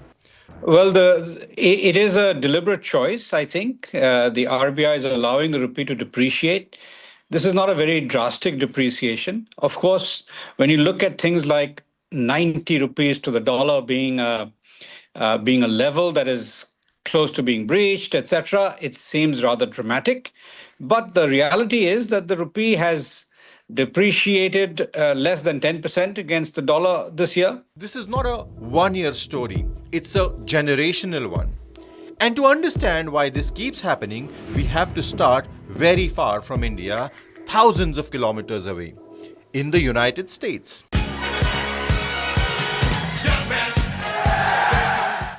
With a currency that controls the world more than any army ever could. The US dollar is not just America's money, it's the world's money. Oil is bought and sold in dollars. International loans are taken in dollars. Big companies keep their profits in dollars. And even countries that don't trust each other still trade in dollars. And when someone tries not to, they get a threat. So they wanted to try and take over the dollar, the dominance of the dollar and the standard of the dollar. And I said, anybody that's in the BRICS consortium of nations, we're going to tariff you 10%. Over decades, especially after World War II, the dollar slowly became the default language of global business. So when something changes in the American financial system, the effect is felt everywhere. And one of the most powerful levers in this system is the US Central Bank, the Federal Reserve. This is the Federal Reserve headquarters in Washington. Good afternoon. When the US Central Bank, called the Federal Reserve, raises interest rates, it is basically telling the world, keep your money with us, we will reward you more. The US Federal Reserve has decided to increase interest rates. I think it's time to move my money. Higher interest means safer and better returns for global investors. Pension funds, insurance companies, and large investment firms move their money to the US because it suddenly feels like the safest parking spot. Money flows out of riskier places, countries like India, and flows into America. This movement doesn't happen on television. It happens on computer screens, inside trading rooms. But the impact shows up in your daily life. When investors pull money out of India, they sell Indian assets and convert their rupees into dollars. That creates more demand for dollars and more supply of rupees. Just like any other market, when supply goes up and demand goes down, prices fall. The price of the rupee falls.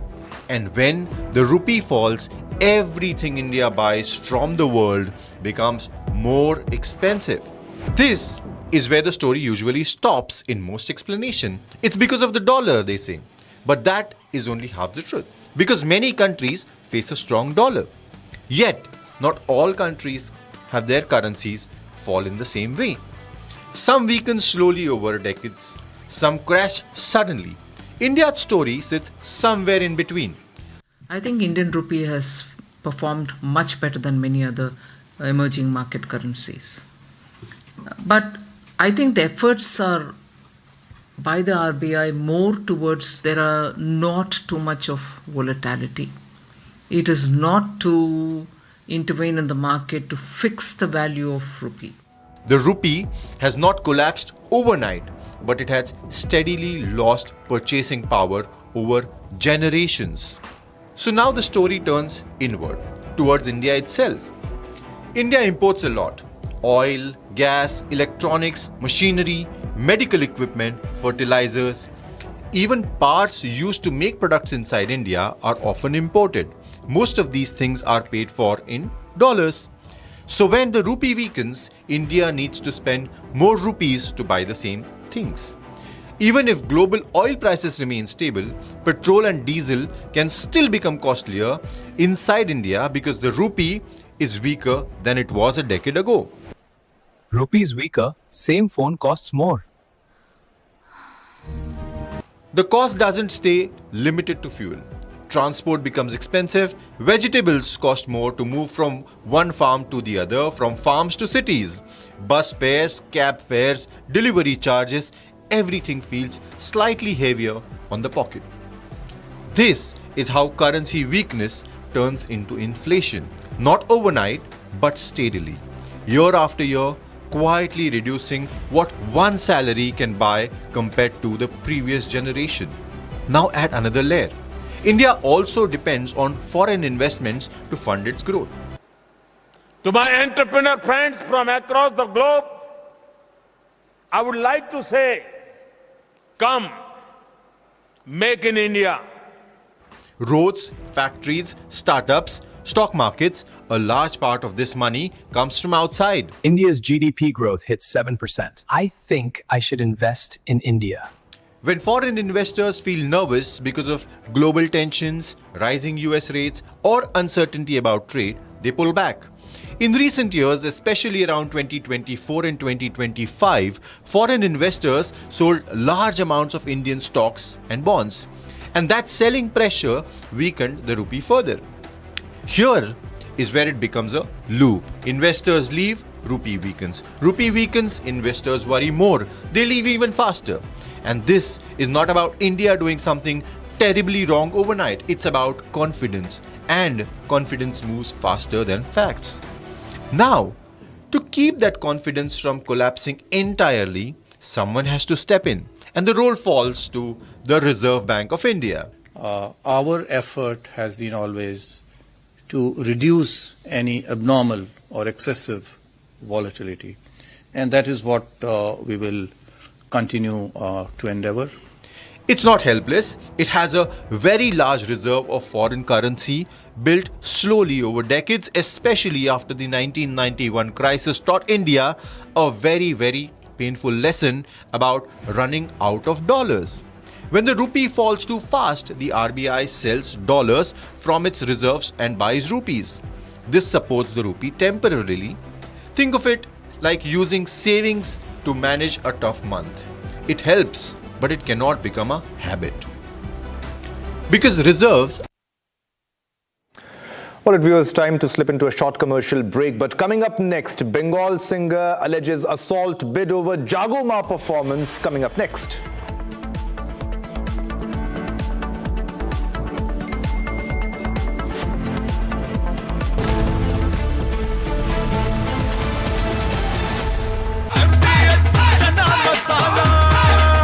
अब छोलिया हो या लोबिया, सफेद चने या काले चने, सब कुछ मजेदार बने। केसरिया से मन जोगी हुआ रे, दिल झूमे देखो मतवारा हुआ रे, केसरिया से मन जोगी हुआ। हर पल मनाओ केसरी त्योहार। विमल, बोलो जुबान Kesari.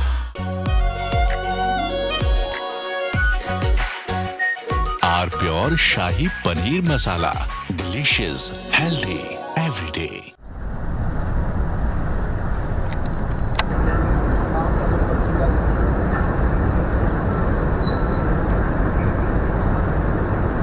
We just now felt this entire mountain shiver because there are blasts going on. As we were telling you, usually for the limestone mining, the acceptable range of the blast is around 1 meter.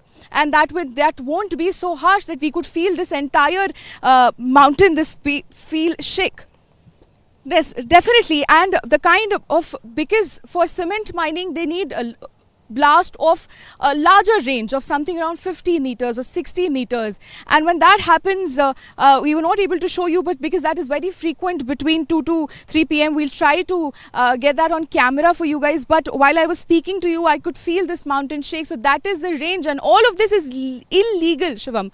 All of this, the range of those blasts which is used in those mining, the kind of trucks that you see on the other end, which are carrying those residual pebbles, those are also they are not legally allowed to sell those, but they're not only doing illegal work, they're also making double profit out of whatever is left here. They're making profit.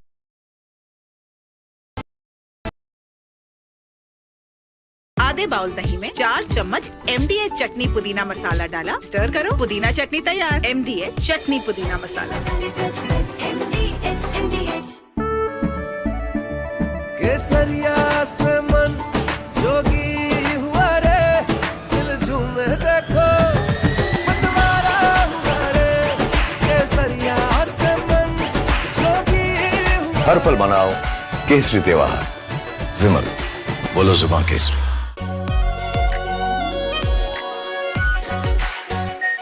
Are pure shahi paneer masala, delicious, healthy every day.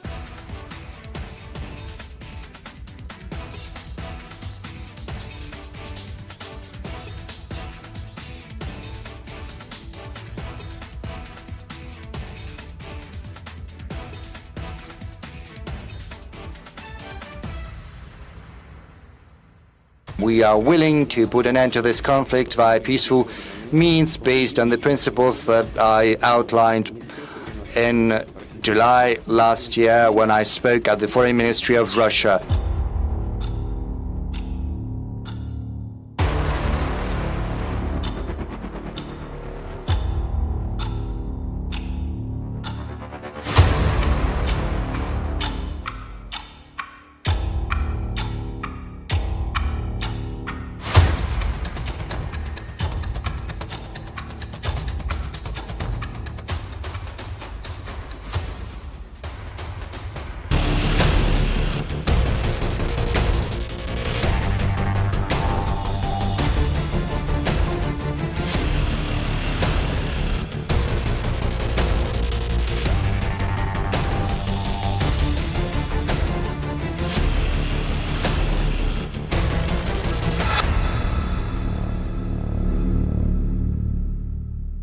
थोड़े में ज्यादा स्वाद, यही तो है इसकी खास बात। वाओ मामा, क्या स्वाद है। अरे मेरे राजा, सबका राजा आर प्योर मसाला।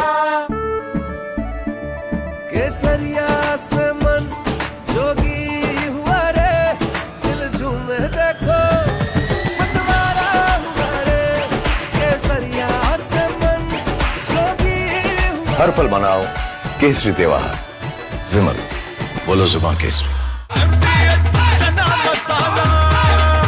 अब छोलिया हो या लोबिया, सफेद चने या काले चने, सब कुछ मजेदार बने।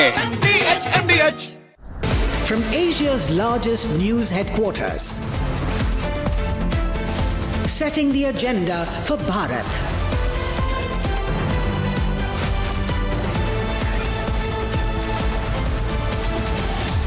You're watching Republic.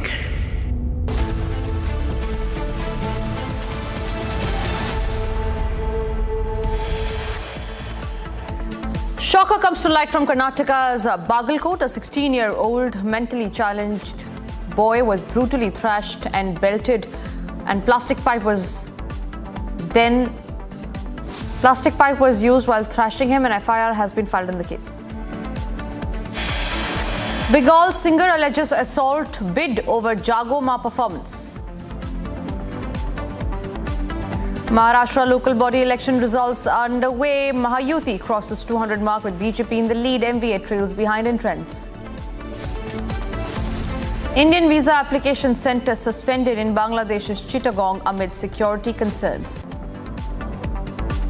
Trump's photo among 16 Epstein files disappeared from United States government website. Republic speaks to one of the survivors.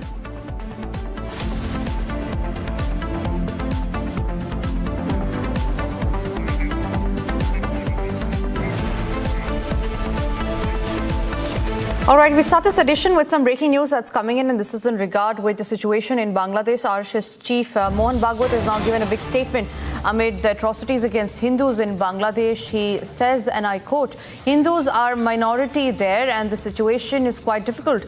The Hindus there will have to stay united, and Hindus all over the world must help them. The Indian government will have to take cognizance of this. They will have to do something about the case. They might already be doing something. Some things are disclosed, some cannot be. Sometimes there are results, sometimes there aren't. But something has to be done in order to save Hindus." This is a big statement that's come from the RSS chief Mohan Bhagwat in an event celebrating 100 years of the RSS. Mohan Bhagwat, the RSS chief, has said that Hindus will have to stay united in Bangladesh. This comes after Deepu Das, a Hindu man, was lynched brutally in Bangladesh after there were protests that took place outside the Indian High Commission as well.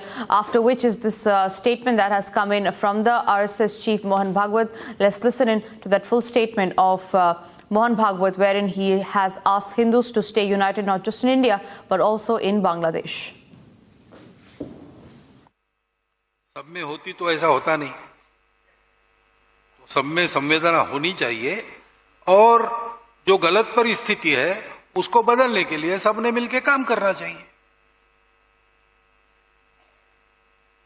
सामाजिक दृष्टि से देखने वाला मैं इसका उत्तर ऐसे ही दूंगा, हिंदुओं की दुर्दशा कब समाप्त होगी?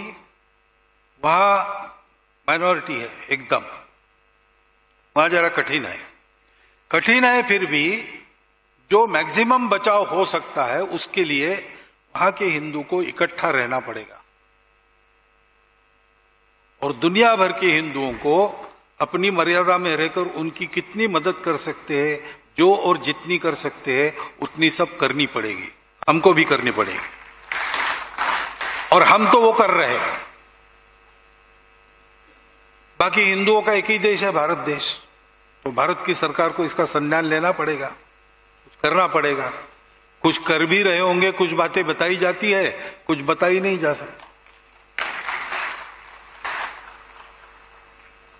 परिणाम कभी होते कभी नहीं होते, लेकिन करना तो पड़ेगा। और इधर हम लोगों को संगठित होके समाज के नाते पक्का खड़ा रहना पड़ेगा। एक संघ हिंदू समाज अगर खड़ा होता है तो बंगाल में परिस्थिति बदलने के लिए कोई समय लगेगा नहीं।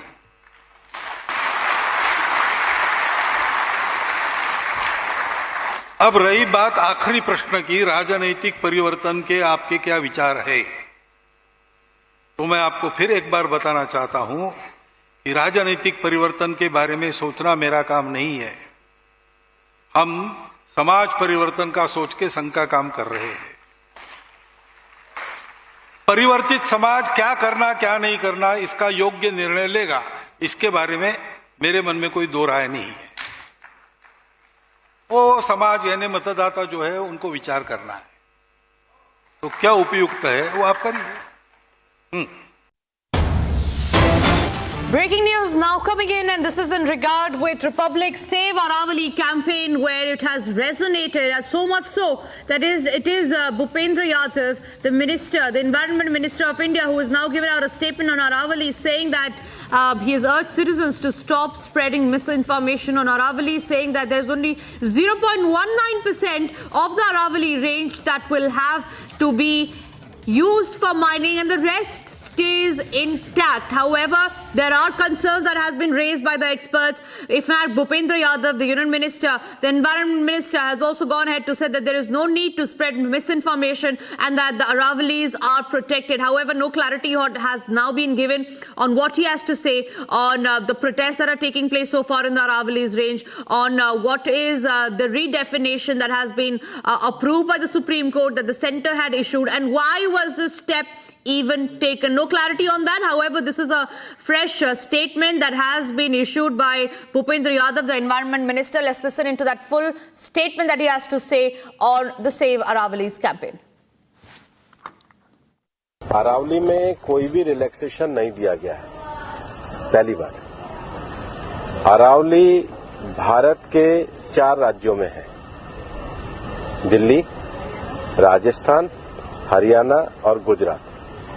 टोटल अरावली 39 डिस्ट्रिक्ट्स में है। अरावली की पिटीशन 1985 से चल रही है।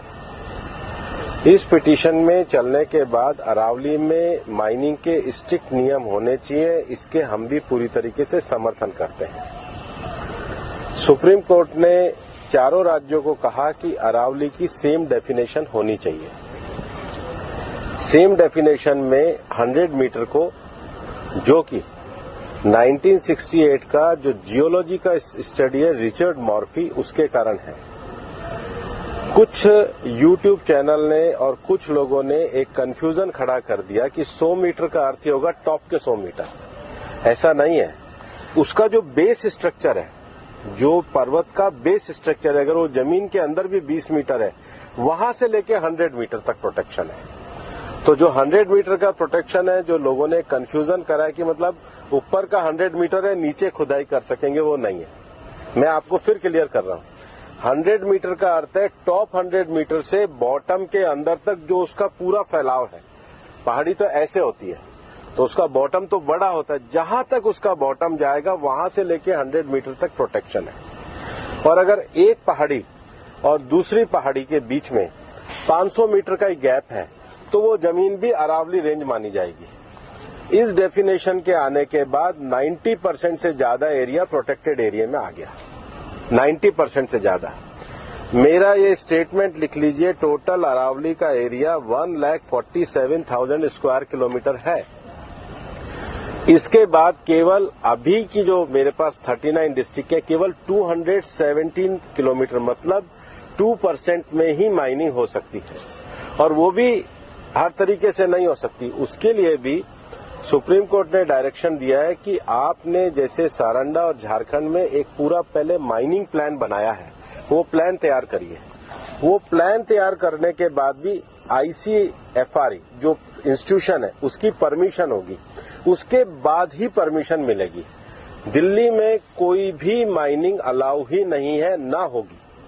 मैं फिर दोहरा रहा हूं, दिल्ली के अरावली हिल्स में माइंस पूरी तरीके से बैन है। अरावली में लगभग 20 से ज्यादा फॉरेस्ट रिजर्व प्रोटेक्टेड एरिया वो एज इट इज रहेंगे। तो reserve area, protected area, even 100 metre भी पहले क्या होता था, जो लोगों ने करा था कि टॉप को छोड़ के नीचे खुदाई करते थे, तो वो एक तरीके से उसके चारों तरफ करते थे, अब वो भी नहीं कर सकेंगे। तो मुझे लगता है सुप्रीम कोर्ट ने जो निर्णय दिया है, ministry of environment, survey of India, geological survey of India, और जियोलॉजिकल सर्वे ऑफ इंडिया में जो इंटरनेशनल स्टैंडर्ड है रिचर्ड मार्फी, उसको दिया है। उसके बाद भी मामला सुप्रीम कोर्ट में है। हम पूरी तरीके से सहयोग करने के लिए तैयार हैं। पिछले 2 साल से लगातार स्वयं प्रधानमंत्री जी ने अरावली में वृक्षारोपण किया है। ये सरकार पिछले 2 साल से ग्रीन अरावली का मूवमेंट चला रही है। मैंने खुद ने पिछले दिनों उदयपुर में सारे डीएफओस की, मतलब चारों जिलों के 39 डीएफओ की मीटिंग करी है। हम हर डिस्ट्रिक्ट में अरावली की नेटिव स्पीशीज का एक नर्सरी लगा रहे हैं। हम ग्रीन अरावली के लिए प्रतिबद्ध हैं। ये एक झूठ फैलाया जा रहा है। और सबसे बड़ी बात है कि ये जो रिपोर्ट है ये 2006 से राजस्थान में ऑलरेडी लागू है। इसमें कुछ भी एडिशन नहीं किया गया, बल्कि अरावली के टॉप से लेके और जमीन तक, मतलब जमीन से पूरा ऊपर 100 जो स्ट्रक्चर है वो सारा प्रोटेक्टेड की श्रेणी में आता है।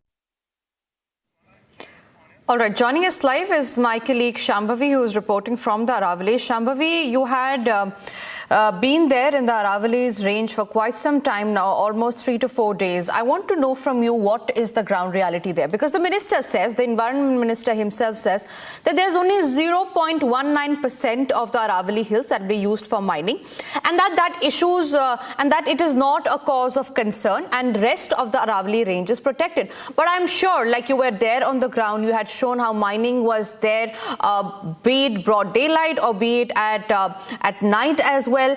What are the protesters saying there? Because if the people are protesting, it is for a reason. If the people are against the mining, it is for a reason. But the environment minister says that there is misinformation that is being spread, and that there is no harm that is being caused to the Aravallis if 0.19% of the range is being used for mining.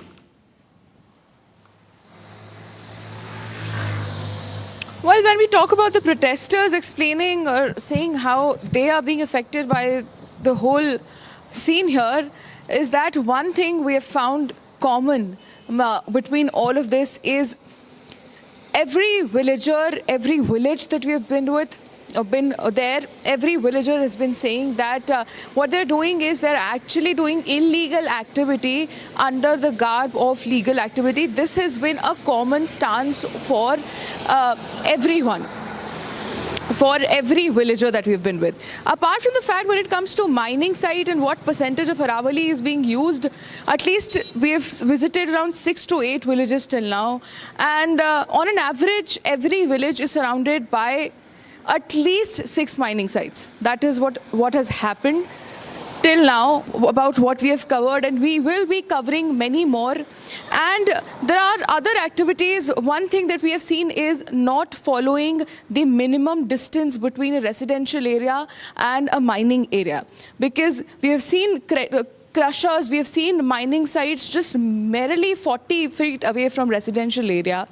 And we also showed our viewers during several lives, we can touch the leaves, we can touch the trees, we can touch the bicycle there, the flats there, all of them, they're covered with at least 1 to 2 inch deep cement that is permanently deposited. The structural damage to each and every house of most of these villages. There are huge cracks in the foundation. The people telling that because of the deep hole blasting, because of the high impact deep hole blasting happening so close to the residential area without following the minimum required distance between a habitable area and a mining area, without following that, there are cracks in the structures. Even yesterday we were at Lalabandi village in Alwar, and we saw that there was this new water tank which was made, which costed around 1 crore 20 lakh rupees, which haven't even been used once, because just a few days after it was made, its foundation, the very foundation of all the 6 pillars which was holding the water tank, it had huge cracks. It shook because of the high impact deep hole blasting, because the deep hole blasting was happening just a few meters away without following the minimum distance. So this is the ground reality. This is what Republic has been showing its viewers and will continue to show as we cover the entire Aravalli range. Back to you.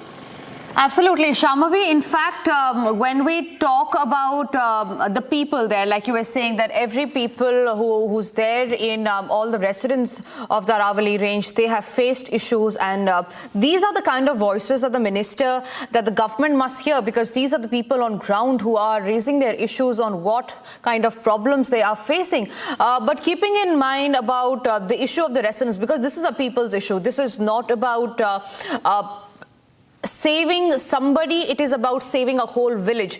Aravallis have a history of nearly 2 billion old, and we are destroying history, we are destroying people's home there.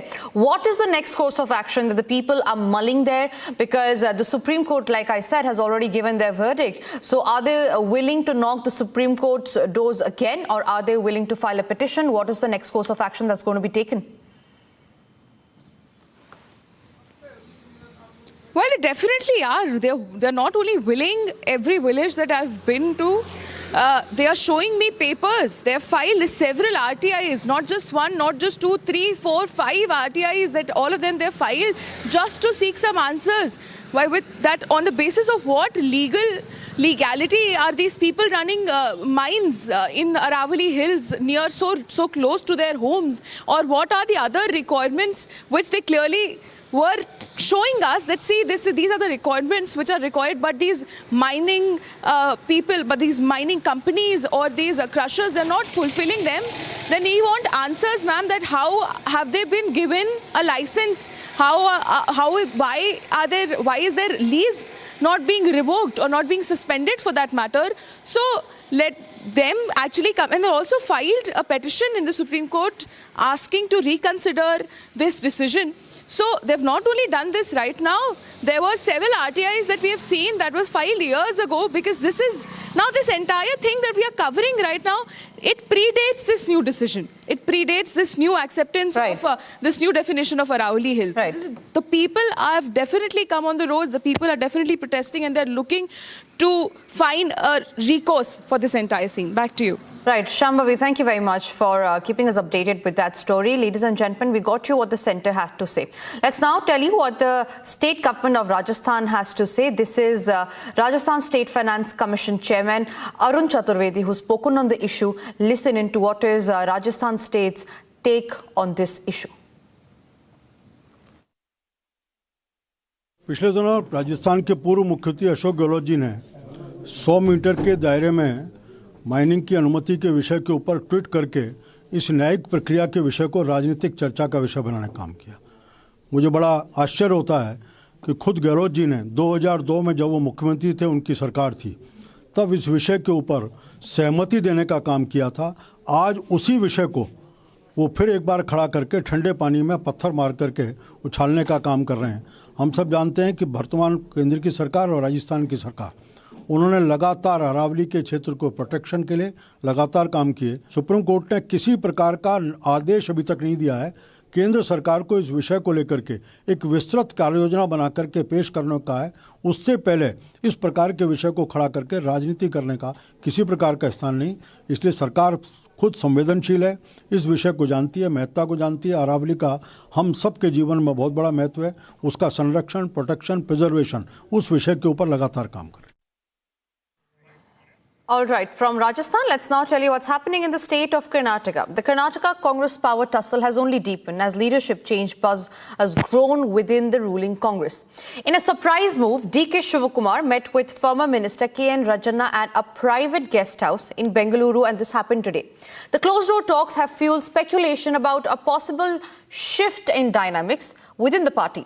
Rajanna, remember, has previously opposed DK Shivakumar's rise in the party. So does this mean then the closed-door meeting could result in a new change in the chief ministerial position in Karnataka? Here's the report on that. As the tussle for CM post rages on in Karnataka, Siddaramaia's close aide KN Rajanna's meeting with Deputy Chief Minister DK Shivakumar has created quite a stir.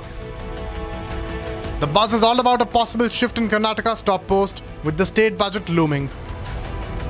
DK Shivakumar's meeting with Rajanna, who has backed Siddaramaiah, has added fuel to the fire. Deputy CM DK Shivakumar has maintained that he met Siddaramaia's close aide Rajanna out of friendship and party work.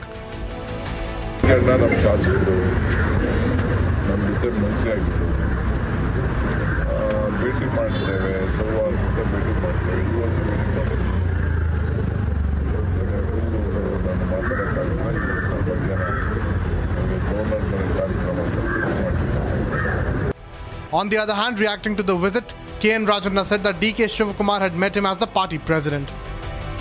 Siddaramaia's aide Rajanna made it clear that there will be no change in his stance.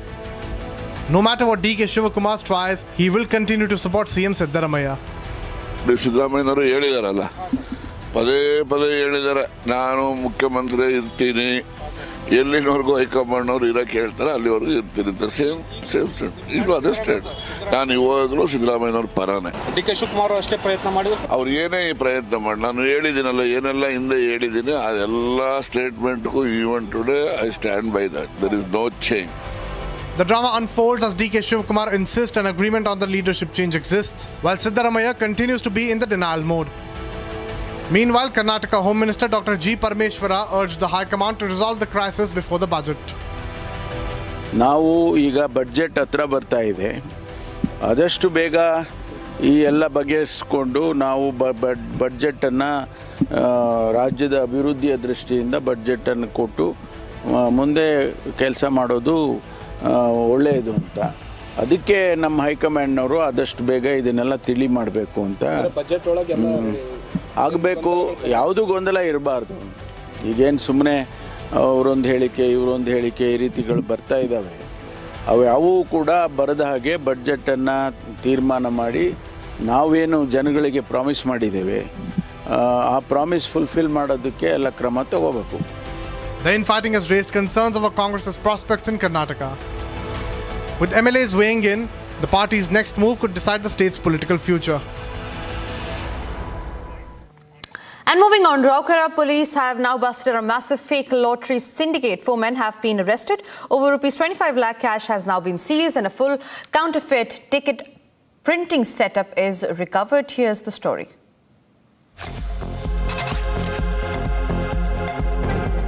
In a major crackdown, Raurkela police have busted a fake lottery racket operating under plant-side police station limits. Acting on a tip-off, multiple raids were carried out across the city on December 20th. Police recovered counterfeit lottery tickets, incriminating material and rupees 25,37,260 rupees in cash. The accused were manufacturing fake lottery tickets and distributing them through agents across Raurkela. 4 men have been arrested in the case. Police seized 8 mobile phones, 5 notebooks, a desktop computer, printer and other material used to print the fake tickets. A case has been registered under sections of the Bharatiya Nyaya Sanhita and Lotteries Regulation Act. The police are now tracking other members of the network and probing the full extent of the racket. Coming in, a high alert has been issued in Jammu and Kashmir as police has recovered a telescope of assault rifle in Jammu. The recovery has been made in an area that is close to the NIA headquarters. Extremely tense situation there. That's beginning to creep in Jammu. A high alert has been issued, and amid that, Jammu and Kashmir police had recovered a telescope of assault rifle in Jammu. The recovery has been made in an area that is close to NIA headquarters. Chinese manufacturer telescope has been recovered. We learned the telescope has now been recovered by Jammu and Kashmir police. The senior police officials have now rushed to the spot to investigate the case. Gursimran is joining us live on the broadcast from Jammu on that. Gursimran, this is a big story that's come to fore. An assault rifle has been recovered. We learned that it is Chinese made. What is the investigation? What is the investigation proving so far in the case? Where was it recovered from and who does it belong to? See, it's a couple of minutes ago that a recovery has been made. This is a telescope of an assault rifle that has been recovered from the Sidra area. And this is very close to the NIA headquarters and the headquarters of the security wing of Jammu and Kashmir police, because here you will see that it is exactly on the opposite side that the recovery has been made. These are the headquarters of the security in Jammu and also the NIA headquarters. They are at a distance of roughly 500 to 700 meters from each other from where the recovery has been made. We are told that the team from the Sidra police station and the Nagrota police, they have made this recovery, and this what it seems for now that this was a telescope, a Chinese made telescope that has been recovered from the area very close to the NIA headquarters. So what it was doing there, that is being probed, but due to the alertness of the Jammu and Kashmir police, this has been recovered, and now the senior officials have also rushed to the spot, that is to the Sidra police post, so that they can actually look into what this telescope was and how it was to be used, because usually the telescope is used to enhance the firing area of this weapon so that they can have a clear shot at the target. This has been recovered. It is yet to be actually seen that whether this was another recovery has also been made or whether it was a standalone recovery that has been done, because we are yet to get an official word from the Jammu and Kashmir police. But what we are picking up from our sources, that the Sidra police has done this recovery very close to the NIA headquarters in Jammu. This telescope has been recovered and it enhances the visibility of the shooter by 300 to 500 meters. That is what we have got to know after speaking to those who actually deal with these kind of telescopes. So this recovery is really very concerning, and that too coming at a time when the entire country, especially Jammu and Kashmir, has been placed on the high alert amid regular threats from across the border and the input suggesting a possible terror strike on the eve of New Year, in which the planning has already been done and the Lashkar groups are already waiting to sneak in into the Indian territory. So now this recovery has been made, and as we speak, the senior officials are rushing to the spot. Right, Gursimran, like you said, this was a Chinese manufactured rifle, and you said that there are imprints of Pakistani terrorists also that could have been involved. So can we then say that this was a Pakistan-China nexus who were trying to infiltrate and cross our territory? See, with specific to this case, it will be too early to say that whether it was a terror plot or how this thing has come to this very place. No doubt this is a security concern, but since the investigation is in too early stage to comment, because we had tried to speak to the senior officials in the Jammu police also, but at present they are not in a position to share anything with regards to this recovery. Yes, a telescope has been recovered, and this was a Chinese telescope from a Chinese manufacturer. These are the roughly details that we have been able to gather so far, but now it is, since this is a matter of investigation and thus includes recovery from very crucial areas, so this is from the NIA headquarters and close to the security headquarters in Jammu. So every angle is being looked into, and how this got into this very place, that is worked upon by the police. Right. Thank you very much, Gursimran, for getting us those details. Quickly moving across to all the other stories that we're tracking. This is Bharat in 1 minute.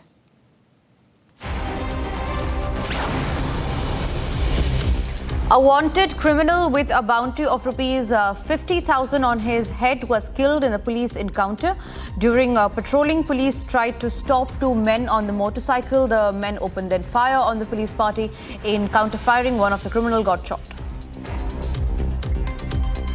National capital has woken up to thick blanket of toxic smog, reducing visibility and causing discomfort to residents across the city. Several parts of the city experienced a dense haze, with pollution levels remaining alarmingly high. 4 criminals were injured and 1 accused was arrested following a police operation in Balia after the suspects opened fire at the police. Police is now informed that a detailed investigation is ongoing and a strict legal action will be taken against all those individuals involved in the crime.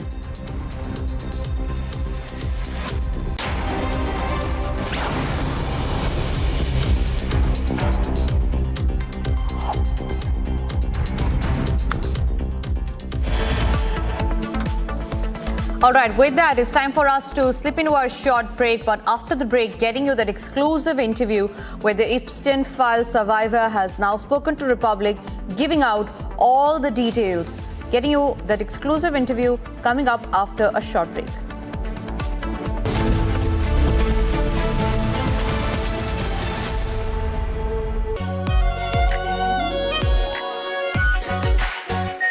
Are pure shahi paneer masala, delicious, healthy everyday. केसरिया से मन जोगी हुआ रे, अरे दिल झूमे देखो मतवारा हुआ रे। केसरिया से मन जोगी हुआ। हर पल मनाओ केसरी त्योहार। विमल, बोलो जुबान केसरी। MDH की हल्दी मिर्ची धनिया करे कमाल, ये रंग दे, ये खुशबू दे, ये तीखा, ये कम पड़े, क्या निराला MDH मसाला।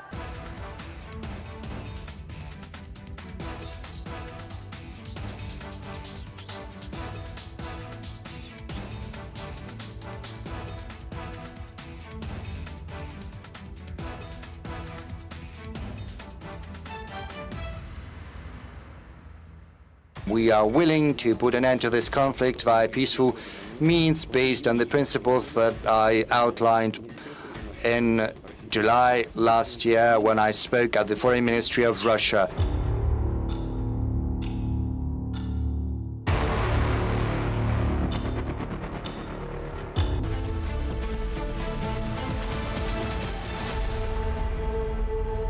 दादी के हाथों का जादू और खुशबू से महकता घर, माँ की मुस्कुराहट और खाने की सुगंध। MDH गरम मसाला, क्योंकि हर रिश्ता है स्वाद से जुड़ा।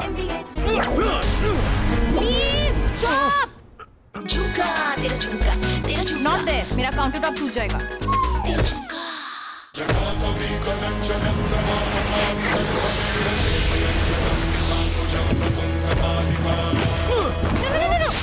मेरी चिमनी टूट जाएगी। रानी, इस घर में कुछ है जो टूटता नहीं। ये पिलर कभी नहीं टूटेगा। रुंगटा स्टील TMT से बना। रुंगटा नहीं तो घर स्ट्रॉन्ग नहीं। रुंगटा नहीं, रुंगटा स्टील TMT बार एकदम सॉलिड। थोड़े में ज्यादा स्वाद, ये तो है इसकी खास बात। वाओ मामा, क्या स्वाद है। अरे मेरे राजा, राजा आर प्योर मसाला। केसरिया से मन जोगी हुआ रे, दिल झूमे देखो मतवारा हुआ रे। केसरिया से मन जोगी हुआ। हर पल मनाओ केसरी त्योहार। विमल, बोलो जुबान केसरी। आधे बाउल दही में 4 चम्मच MDH चटनी पुदीना मसाला डाला, स्टर करो, पुदीना चटनी तैयार। MDH चटनी पुदीना मसाला। MDH।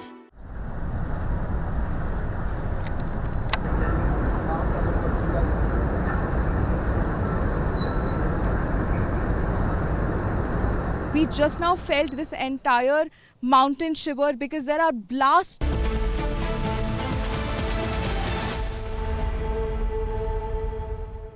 Ladies and gentlemen, for years, the name Jeffrey Epstein has been a chilling symbol of unchecked power and unimaginable trauma. He was a man who preyed on thousands of vulnerable young women. He trafficked them under the guise of opportunity, and all of this while being surrounded by some of the world's most influential figures. His crimes didn't just happen in isolation. They shattered lives, they silenced voices, and they left scores of families searching for justice that often felt out of reach. But viewers, the good thing is beyond every headline, there are brave individuals who have endured the unthinkable, but now they are reclaiming their stories. Joining me today is one such young woman who has experienced this pain firsthand. I'm very happy to welcome Marina Licata, who joins us live from the United States. Marina, thank you so much for speaking with Republic Media Network. Thank you for having me. Thank you. My first question to you is, what has made you go public with your story?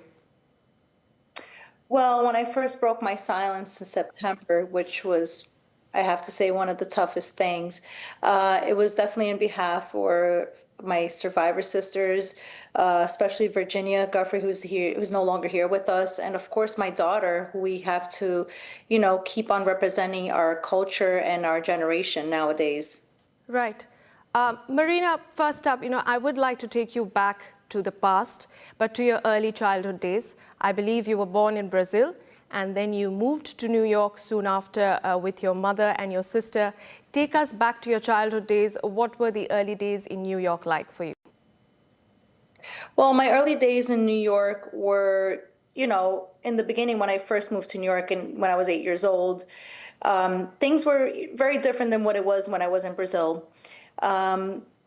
Within about 2 to 3 months when I moved to New York, my stepfather started to sexually abuse me, and that sexual abuse endured until I was 12 years old. And then right after, when I was 14, I met Jeffrey Epstein.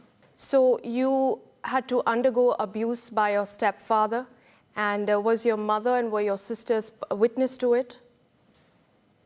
My mother did not know the beginning that my stepfather was abusing me. She did, however, found out when I was about 10 or 10 and a half.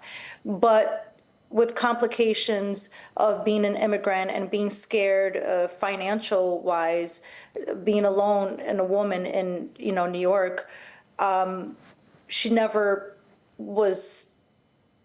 protected me and never went to the police, but somebody else did help me. And we did go to the police, and my stepfather was arrested when I was 12 years old. Okay. Did you and your family have to undergo any sort of financial struggles when you were living in New York during your early days, especially at the time when your stepfather was arrested? I couldn't hear the beginning. I'm sorry, you're breaking up. Marina, if you can hear me, I was just asking, did you and your family have to undergo financial struggles? Were there hard days when your stepfather was arrested?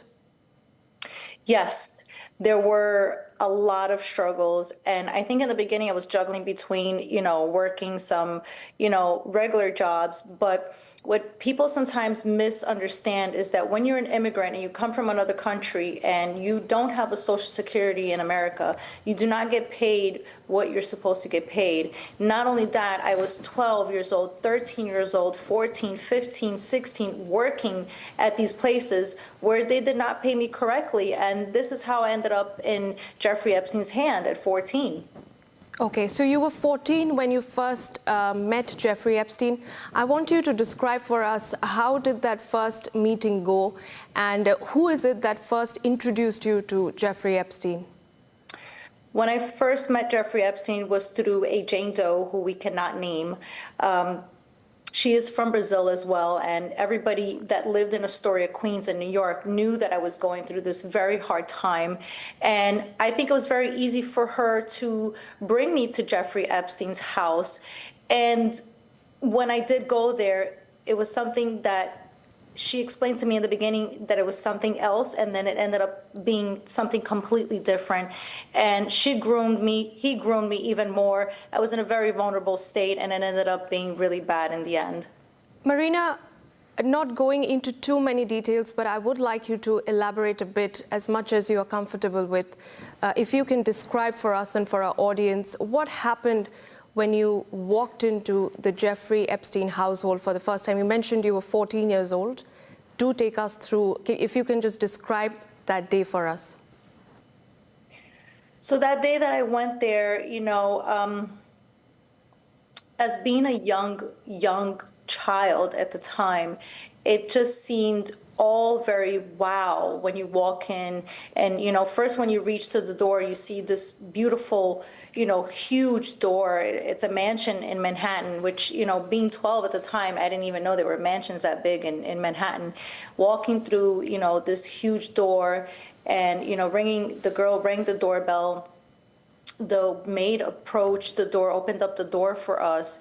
And when we walked in, I was so amazed and so wowed with how big and wealthy looking the house was.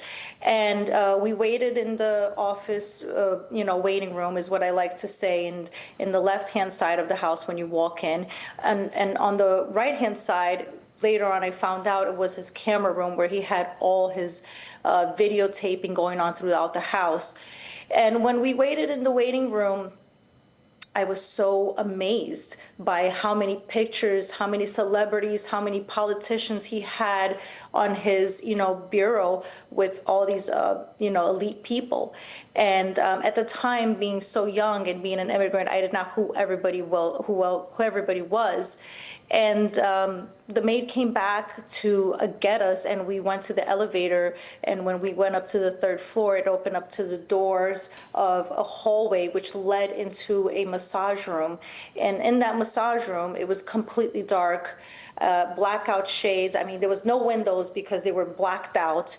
And on the roof, on the ceiling of this massage room, they had these clouds as kind of to ease in and to make you comfortable. And in this room, he had a huge, you know, he had a huge bureau of all these lotions and, you know, massage oils. And when we walked in, you know, he asked for a massage, which I knew that was what I was going there for. And he asked me to do certain things that I was not expected to do. And those things were made me feel very uncomfortable. However, being in a situation where I was and being abused in the past, it made me very, very scared. You know, I was not only sexually abused by my stepfather, it also became physical. And I got very scared at the time, and I ended up being manipulated into doing stuff that I didn't want to do. And it progressed into something very, very big at the time, very slowly, but it progressed something to be, you know, rape at the end. Okay. Who else was there at the time with you, Marina? Was it just the two of you? And did you ever get a chance to meet his very close associate who's been frequently named in this case, that is Ghislaine Maxwell? In the beginning, it was just her and I. And I would say about a year and a half later, yes, I had encountered with Ghislaine Maxwell. We had a one-time encounter, and that is from what I remember. And how many years of abuse did you have to endure from Jeffrey Epstein, if I may ask that very directly to you? It started at the age of 14 and it ended in the age of 17 and a half, I'd say. Okay, so that's about 3.5 years. And over the course of these 3.5 years, Marina, how many other such women did you meet at the Epstein household? Many women, and I did not think they were getting abused. I thought, you know, maybe Epstein was having, you know, he always mentioned stuff about Victoria's Secret and, you know, him having students. And I really thought it was just meetings that he was having with these young girls. And being young, I didn't know how old they were. And unfortunately, there were many, many girls that walked in through those doors. I must have seen at least over 100 girls just walking in and out of there. What was the age of the youngest victim that you met at the Epstein household? You know, I have to say, I think I might have been the youngest one to know that I was young. I don't know personally anybody else younger than me. I'm pretty sure there was, but I did not get to meet them. Okay. And Marina, I want to understand from you, the first time that you met the man, how was he like to have a conversation with? Because if somebody is, you know, it's human nature. If somebody is, you know, if his nature is very predatory, it is but our natural instinct to have our guards up. But when you walked into the household, did you feel any sort of discomfort? How was he like to speak to in person initially? When he first met me, he was very kind. He was very polite. I did not think that it was going to progressed to a point where he made sure that he owned everybody, including the government, including the president, including the banks. It was something in the beginning that I thought he was very kind. And then it became very quickly where I was owned by Jeffrey Epstein. And if we did not abide to his rules, there were certain, repercussions that we knew we were going to face. And he made sure that he would let us know about that. Right. And Marina, at any point did you gather any sense that he was going to introduce you and many other victims and survivors like you to any of his other high-profile associates or friends, if I may use that term? So, myself, he never told me he was going to introduce myself to any of his friends, but he did talk to a lot of high-profile people, Hollywood stars, politicians. And when he used to get massages, when I was there, he used to talk to them, a lot of them, and I will not name them, and he used to put us on the phone with them as well and brag that he was getting a massage by a nice young girl.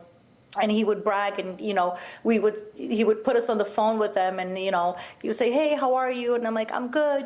We're here with Jeffrey," and that was basically it. But I never, I got to meet a few people, but I've never been abused by any of them, so I can't say any of that for myself. Okay. And back home, back at home, Marina, for you, was your mother or any of your close confidants aware of what was unfolding at the Epstein household? No, nobody knew. Family-wise, nobody knew. I think there was a lack of, protection and maybe motherhood from my mom. And I think when we were going through so many things, I don't think she really, I think her focus was more that my stepfather went to jail and we needed money. And I was bringing in a lot of money at the time, also having 2 jobs and seeing Jeffrey Epstein, which she did not know. And I don't think in her mind it crossed or even to ask where I was getting the money from. It was just more, here's the money, the bills are getting paid, everybody seems happy, my sister's taken care of, I'm taken care of, my mother's taken care of, the bills are taken care of, we have food. And I just think her motherly duties were not presented at the time. Okay. And you mentioned that, you encountered him till about when you were 17 and a half years old. How were you able to pull out of that situation? It's not that I was able to pull out of it. Jeffrey Epstein was very upset when, at the time, he seen that I was no longer a young, vulnerable girl, and I could no longer put on an act and, be his fun girl, is what he would like to say, or his good girl. And he quickly became very tired of me at that age. And my friends who also used to go there were at that age, and it was just no longer for us. We were no longer fun for him, and he quickly, booted us out and said, "Hey, you guys are getting kind of old, and you're no fun, and I just really don't. We're just not clicking anymore." And that's when our relationship ended. Okay, all right. Thank you, Marina. That was very elaborate. But bringing you now to the present day and the entire controversy that's currently surrounding the Department of Justice, I want to know, what is it that you have to say from a survivor's perspective of the 300,000-page document that has now been released? I have a lot to say of those 300,000 pages that are very repetitive. When we start to go into it, and it is redacted heavily. It is a slap not only in our faces, the survivors, but also in the public's eyes. The whole world has been waiting for today, and for yesterday, right, December 19th. And when these files came out and everybody's digging through them, everyone's like, what is going on here? There is nothing to see here. And then all the other distractions that President Trump did, he put his name in the Kennedy Center. He's bombing other places. It is too much things going on for us to worry about where his name is going, what he's doing to other countries, which is completely unfair to us and to the public. It is very sad to say all the survivors are very disappointed. We are very angry. We're full of anxiety. We're full of emotions. We've been waiting for this day to come.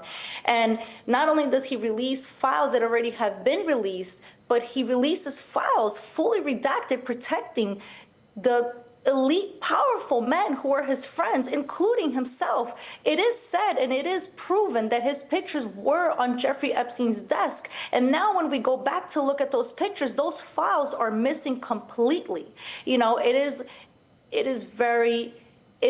what I like to say a circus show at this point. And it is something that President Trump and the DOJ has created. And we are going to find a way to end that, because as survivors, we will continue to fight not only for ourselves, but for this generation and the next generation to protect them.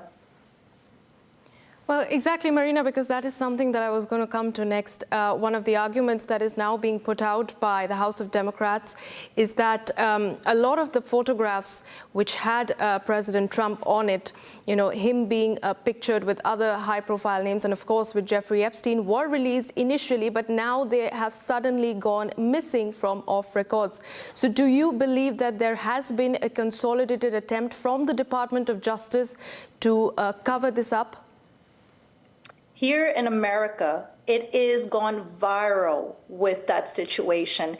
He can try, DOJ, Pan Bondi, we don't know who is doing it. They can try to cover it up, but we know, and you know, Instagram, TikTok, it is everywhere. People have caught the pictures. They have it on their, you know, on their saved photos, and there's nothing they can do now. And we know by the emails that there is a lot of people involved that he could try to hide, but it is not going to happen. We are going to bring this to light, and it is up to the public also to believe this. These pictures were there. They were there. They were taken away from the archives, and now it has disappeared, but we have saved them, and we will continue to post them on the internet, and it will continue to go viral. Why do you think, Marina, President Trump has been shielded from this? Do you believe that there is political motive, or is it just to save image of the Trump administration? What do you have to say on that? I have to say, we don't care about anything about this political game and this political battleground that he has created. In the beginning, we were upset, and we were like, oh my God, this became a Democratic Party, a Republican Party. And now in the end, being around both parties, they both have come together. And it is no longer a political battleground. He can say that it is a Democratic hoax, and he can say that we are a hoax, and he can say whatever he wants. But at the end of the day, I and we as survivors have been around both parties. It is no longer a political battleground. They've come together. We've seen the women Democratic and Republican caucus come together. What is something that we do not see when we see the House committee? They're always arguing, right? Like, if you watch them, they're constantly going back and forth. This is the first time that these women have come together in one room and have been wanting to work together against this. And it is not only because of our abuse today, it is to save all the women who are going through abuse and who have gone through past abuse. This is why this was such an important movement. And of course it is that we want to get the files out there, but we want to make change for the future. Right. So, Marina, is it safe to say that we've just hit the tip of the iceberg as far as the release of the Epstein files is concerned? You know, it's hard to say. It's really hard to say. We might have been hit the tip of the iceberg, but we hope that the next batch of files that come out, because we're always hopeful, you know, and some of these files, you know, like the important information that came out from Annie Farmer, which she has been saying for years, you know, from Maria Farmer, they have gone to the FBI in 1996. She has been going on live television telling everybody this. Nobody has believed her. And today or yesterday, people are so surprised by this. And we're like, wait a minute, did you think the survivor was making this serious accusation and not being honest about it? And if you didn't think she was honest about it, why didn't anybody investigate this sooner? Did we have to let the DOJ come out with this and then everybody's like so surprised about it. So at least some good things came out from this. And I'm glad to say that my survivor sister today is so proud and so happy that this has come to light. But it is also very, very another slap in the face, another move that, you know, the DOJ and the President Trump has disrespected us to not believe us for, you know, especially her who has been saying this and has vocalized this for a very long time. Yeah. So, you know, we're happy at the same time, but we are very disappointed. We are very angry with these files, and we will continue to fight. Nobody will stop us. Right. My final question to you, Marina, is in terms of next course of action, as you were correctly mentioning, what is it that the survivor community is hoping from the government, from the DOJ, in providing complete closure to all the victims of Jeffrey Epstein? You know, we have been going through, you know, myself, you know, for the past 2 days, I've been trying really hard to go through all these files and trying to put in some keywords. And we're very disappointed to say the least is all we asked was to redact our names. And that was not done. The DOJ, the justice system has failed us once again here. And they have, you know, disrespected all the victims that were leaked. And then not to redact the names that they were supposed to redact is another slap on the face. So we ask for the DOJ and whoever's in charge of this, because we no longer know who's in charge of this, because we think President Trump is in charge of this, but we know he's not redacting this, somebody's doing it for him. And then we think Pam Bondi is doing this, but we know somebody else is doing this. And we think Kash Patel is doing this, but then we know somebody's under him. So we ask whoever's in charge of this, please do your job right. Please look at us not as grown women, adult women, but look at us when we were children and we went through this. This is something very serious.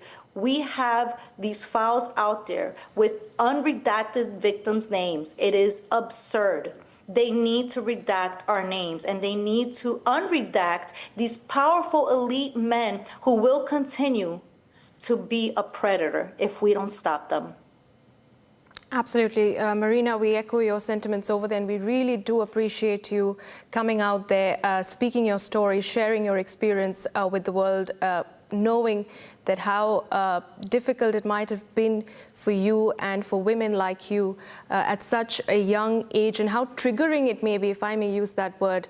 But thank you so much for taking out the time and for speaking to Republic Media Network and sharing your story. We hope that your fight continues and reaches its logical conclusion. Thank you so much. Thank you for having me, and I really, really appreciate it. Protect your peace. Thank you.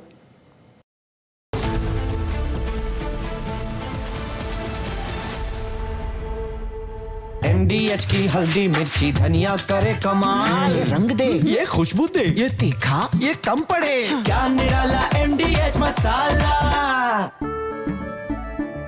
केसरिया से मन जोगी हुआ रे, दिल झूमे देखो मतवारा हुआ रे, केसरिया से मन जोगी हुआ। हर पल मनाओ केसरी त्योहार। विमल, बोलो जुबान केसरी। आर प्योर सूजी पास्ता उबालो, मिलाओ और खाओ, 8 मिनट में तैयार। क्या टेस्ट है सबका राजा R Pure masala.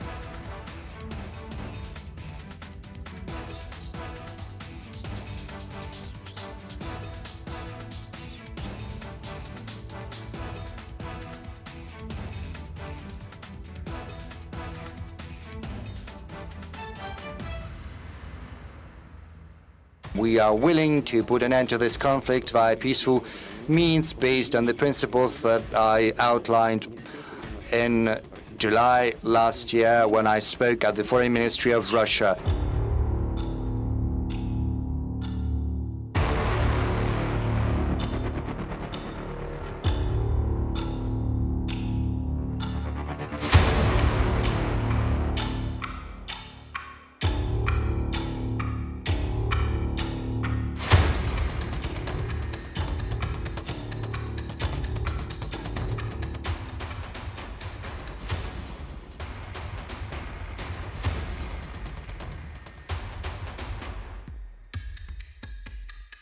Putin squarely blamed Kyiv for the failure of peace negotiations, accusing Ukraine's leadership of refusing dialogue.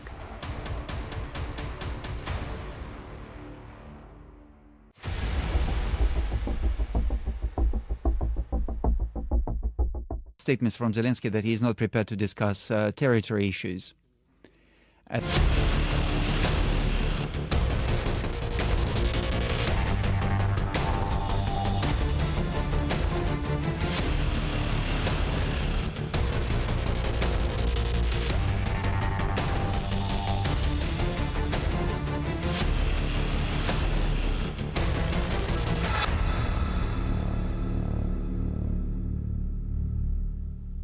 थोड़े में ज्यादा स्वाद ये तो है इसकी खास बात। वाओ मामा क्या स्वाद है? अरे मेरे राजा सबका राजा आरती और मसाला। Please stop! झुमका तेरा झुमका तेरा झुमका। Not there. मेरा काउंटर टॉप टूट जाएगा। तेरा झुमका।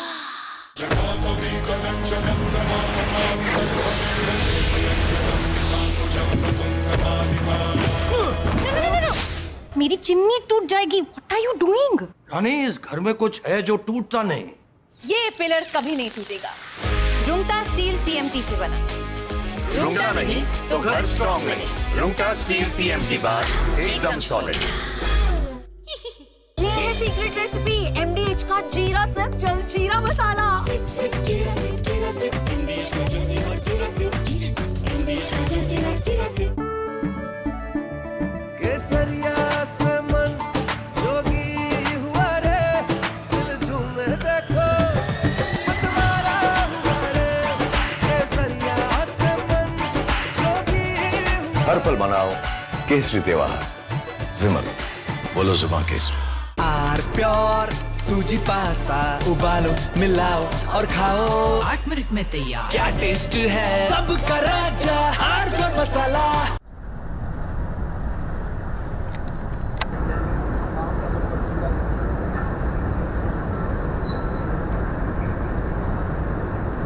We just now felt this entire mountain shiver because there are blasts going on. As we were telling you, usually for the limestone mining, the acceptable range of the blast is around 1 meter. And that won't be so harsh that we could feel this entire mountain, feel shake. Yes, definitely. And the kind of, because for cement mining, they need a blast of a larger range of something around 50 meters or 60 meters. And when that happens,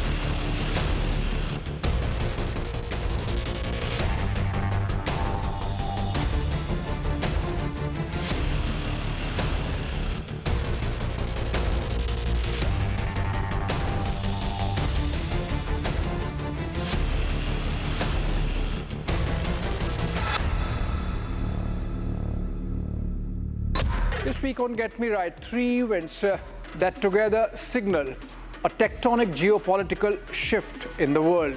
The United States released its national security strategy paper. The UK, its intelligence and security report from the parliament. And amidst all this, China crossed, for the first time in world history for any nation, $1 trillion of trade surplus. And then the gas chamber that our national capital becomes every winter. Is there any hope, or are we condemned to live this forever? This weekend, Saturday and Sunday, only on Republic TV.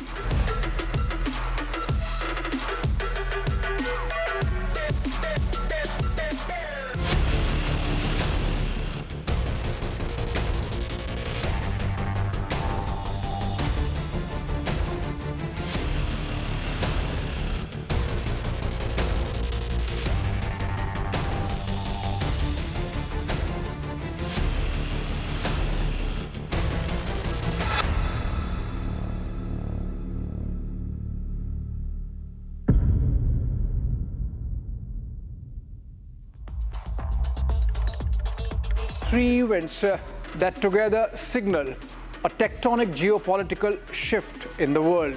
The United States released its national security strategy paper. The UK, its intelligence and security report from the parliament.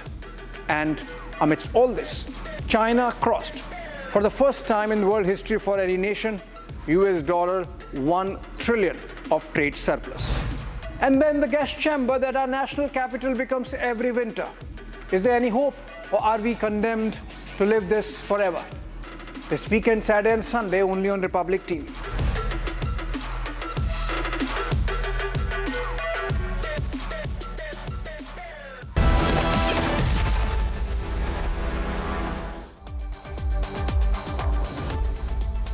Gentlemen, you're watching 6 Stories at 6 with me, Tanisha Awasthi. Let's get started with the agenda stories of the day.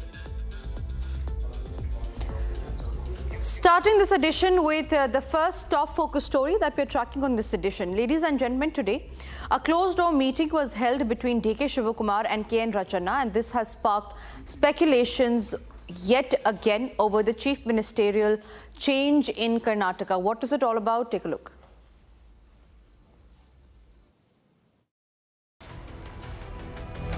As the tussle for CM post rages on in Karnataka, Siddaramaia's close aide K.N. Rajanna's meeting with Deputy Chief Minister D.K. Shivakumar has created quite a stir. The buzz is all about a possible shift in Karnataka's top post, with the state budget looming. D.K. Shivakumar's meeting with Rajanna, who has backed Siddaramaiah, has added fuel to the fire. Deputy CM D.K. Shivakumar has maintained that he met Siddaramaia's close aide Rajanna out of friendship and party work. ನಮ್ಮ ಶಾಸಕರು ನಮ್ಮ ಜೊತೆ ಮಂತ್ರಿ ಆಗಿದ್ದರು, ಭೇಟಿ ಮಾಡ್ತೇವೆ, ಸೌಹಾರ್ದತೆ ಭೇಟಿ ಮಾಡ್ತೇವೆ. ಇವತ್ತು ಭೇಟಿ ಮಾಡ್ತೇವೆ. ನಾನು ಮಾತಾಡೋಕ್ಕಾಗಲ್ಲ. ಸ್ವಲ್ಪ ಜನ ಫೋನಲ್ಲಿ ಕಾರ್ಯಕ್ರಮ ಮಾಡ್ತಿದ್ದಾರೆ. On the other hand, reacting to the visit, K.N. Rajanna said that D.K. Shivakumar had met him as the party president. Siddaramaia's aide Rajanna made it clear that there will be no change in his stance. No matter what D.K. Shivakumar tries, he will continue to support CM Siddaramaiah. ಸಿದ್ದರಾಮಯ್ಯನವರು ಹೇಳಿದಾರಲ್ಲ, ಪದೇ ಪದೇ ಹೇಳಿದ್ದಾರೆ, ನಾನು ಮುಖ್ಯಮಂತ್ರಿ ಇರ್ತೀನಿ, ಎಲ್ಲಿನವರೆಗೂ ಹೈಕಮಾಂಡ್ನವ್ರು ಇರೋಕ್ಕೆ ಹೇಳ್ತಾರೆ ಅಲ್ಲಿವರೆಗೂ ಇರ್ತೀನಿ ಅಂತ. ಸೇಮ್ ಸ್ಟೇಟ್ ಈಗಲೂ ಅದೇ ಸ್ಟೇಟ್. ನಾನು ಇವಾಗಲೂ ಸಿದ್ದರಾಮಯ್ಯನವ್ರ ಪರಾನೆ. ಡಿ ಕೆ ಶಿವಕುಮಾರ್ ಅಷ್ಟೇ ಪ್ರಯತ್ನ ಮಾಡಿದ್ರು. ಅವ್ರು ಏನೇ ಪ್ರಯತ್ನ ಮಾಡಿ, ನಾನು ಹೇಳಿದ್ದೀನಲ್ಲ, ಏನೆಲ್ಲ ಹಿಂದೆ ಹೇಳಿದ್ದೀನಿ, ಅದೆಲ್ಲ ಸ್ಟೇಟ್ಮೆಂಟ್ಗೂ even today I stand by that. There is no change. The drama unfolds as D.K. Shivakumar insists an agreement on the leadership change exists, while Siddaramaiah continues to be in the denial mode. Meanwhile, Karnataka Home Minister Dr. G. Parmeshwara urged the High Command to resolve the crisis before the budget. ನಾವು ಈಗ budget ಹತ್ರ ಬರ್ತಾ ಇದೆ, ಆದಷ್ಟು ಬೇಗ ಈ ಎಲ್ಲ ಬಗೆಹರಿಸ್ಕೊಂಡು ನಾವು ಬಡ್ಜೆಟನ್ನು ರಾಜ್ಯದ ಅಭಿವೃದ್ಧಿಯ ದೃಷ್ಟಿಯಿಂದ ಬಡ್ಜೆಟನ್ನು ಕೊಟ್ಟು ಮುಂದೆ ಕೆಲಸ ಮಾಡೋದು ಒಳ್ಳೆಯದು ಅಂತ. ಅದಕ್ಕೆ ನಮ್ಮ ಹೈಕಮಾಂಡ್ನವರು ಆದಷ್ಟು ಬೇಗ ಇದನ್ನೆಲ್ಲ ತಿಳಿ ಮಾಡಬೇಕು ಅಂತ ಆಗಬೇಕು. ಯಾವುದೂ ಗೊಂದಲ ಇರಬಾರ್ದು. ಈಗೇನು ಸುಮ್ಮನೆ ಅವರೊಂದು ಹೇಳಿಕೆ ಇವರೊಂದು ಹೇಳಿಕೆ ಈ ರೀತಿಗಳು ಬರ್ತಾ ಇದ್ದಾವೆ. ಅವು ಯಾವುವೂ ಕೂಡ ಬರದ ಹಾಗೆ ಬಡ್ಜೆಟನ್ನು ತೀರ್ಮಾನ ಮಾಡಿ ನಾವೇನು ಜನಗಳಿಗೆ ಪ್ರಾಮಿಸ್ ಮಾಡಿದ್ದೇವೆ ಆ ಪ್ರಾಮಿಸ್ ಫುಲ್ಫಿಲ್ ಮಾಡೋದಕ್ಕೆ ಎಲ್ಲ ಕ್ರಮ ತಗೋಬೇಕು. The infighting has raised concerns over Congress's prospects in Karnataka. With MLAs weighing in, the party's next move could decide the state's political future. And now from Karnataka, let's tell you what's happening in the state of Bengal. A Bengali singer, her name is Lagnijita Chakrabarti. She has alleged that she was abused and nearly assaulted during a live concert in West Bengal after she refused to change her song choice. The incident took place on Saturday at a private school in East Mednapur. Here's what happened and here's how the singer has to respond on the case. In a controversial incident in West Bengal, popular singer Lagnijita Chakrabarti was allegedly stopped from singing the devotional song Jago Ma by local TMC leader Mehboob Malik.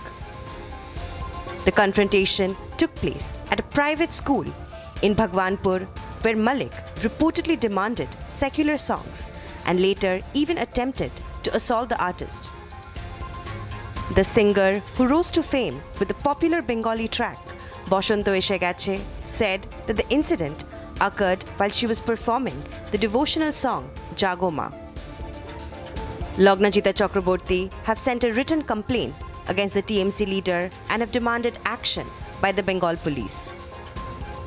She also alleged that TMC leader Mehboob Malik is a member of the school's governing body and tried to intimidate and beat her up on stage. The singer has also alleged that the officer in charge of the Bhagwanpur police station refused to file a case. A case has now been filed and Mehboob Malik is also in police custody. He has even claimed that Lognajita Chakraborty demanded extra money as there was a delay in giving her the stage for her performance. As we speak, no action has been taken against Mehboob Malik by TMC. The incident has sparked outrage among artists and cultural circles, with many calling for strict action against those who disrupt performances and threaten artistic freedom. In Karnataka, ladies and gentlemen, a mentally challenged boy was brutally beaten and assaulted at a boarding school for children with special needs in the Navagar area of Bagalkot.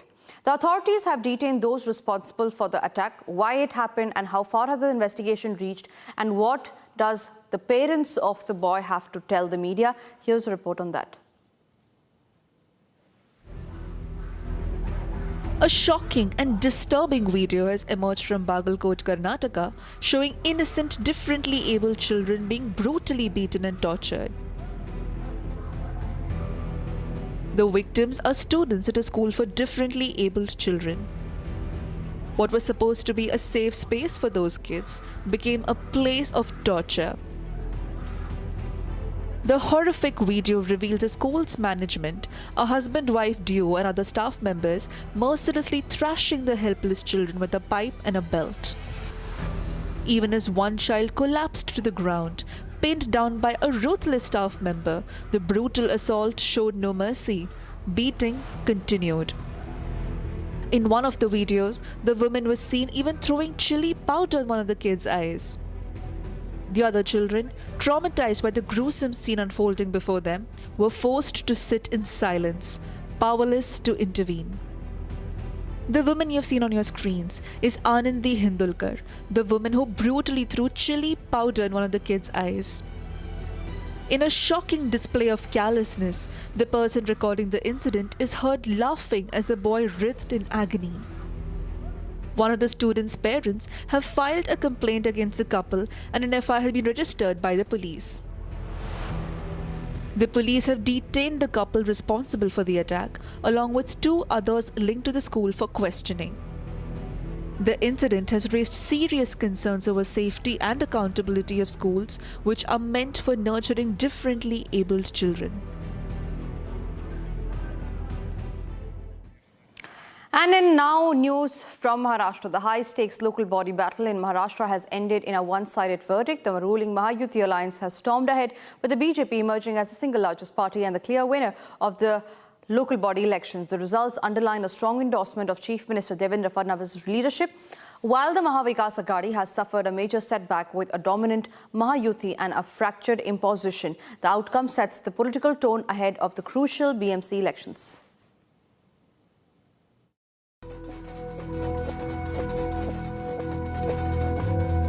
A high-stake battle between the ruling Mahayuti and Mahavikas Aghadi (MVA) in Maharashtra's local body polls became one-sided at the end.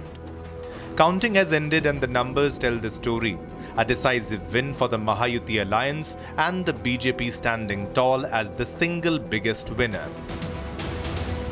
मी पहिल्यांदा महाराष्ट्राच्या जनतेचे आभार मानतो की महाराष्ट्राच्या जनतेने भारतीय जनता पक्षाला आणि आमच्या महायुतीला प्रचंड मोठं समर्थन दिलेलं आहे.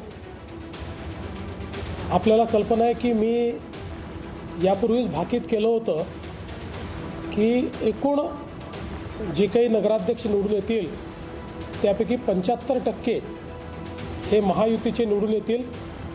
तशाच प्रकारचा कौल हा महाराष्ट्राच्या जनतेने दिलेला आहे आणि विशेषतः भारतीय जनता पार्टी हाच पहिल्या क्रमांकाचा पक्ष आहे हे देखील पुन्हा एकदा या ठिकाणी अधोरेखित झालेलं आहे. The Maharashtra local body poll results have delivered a decisive mandate in favor of the BJP.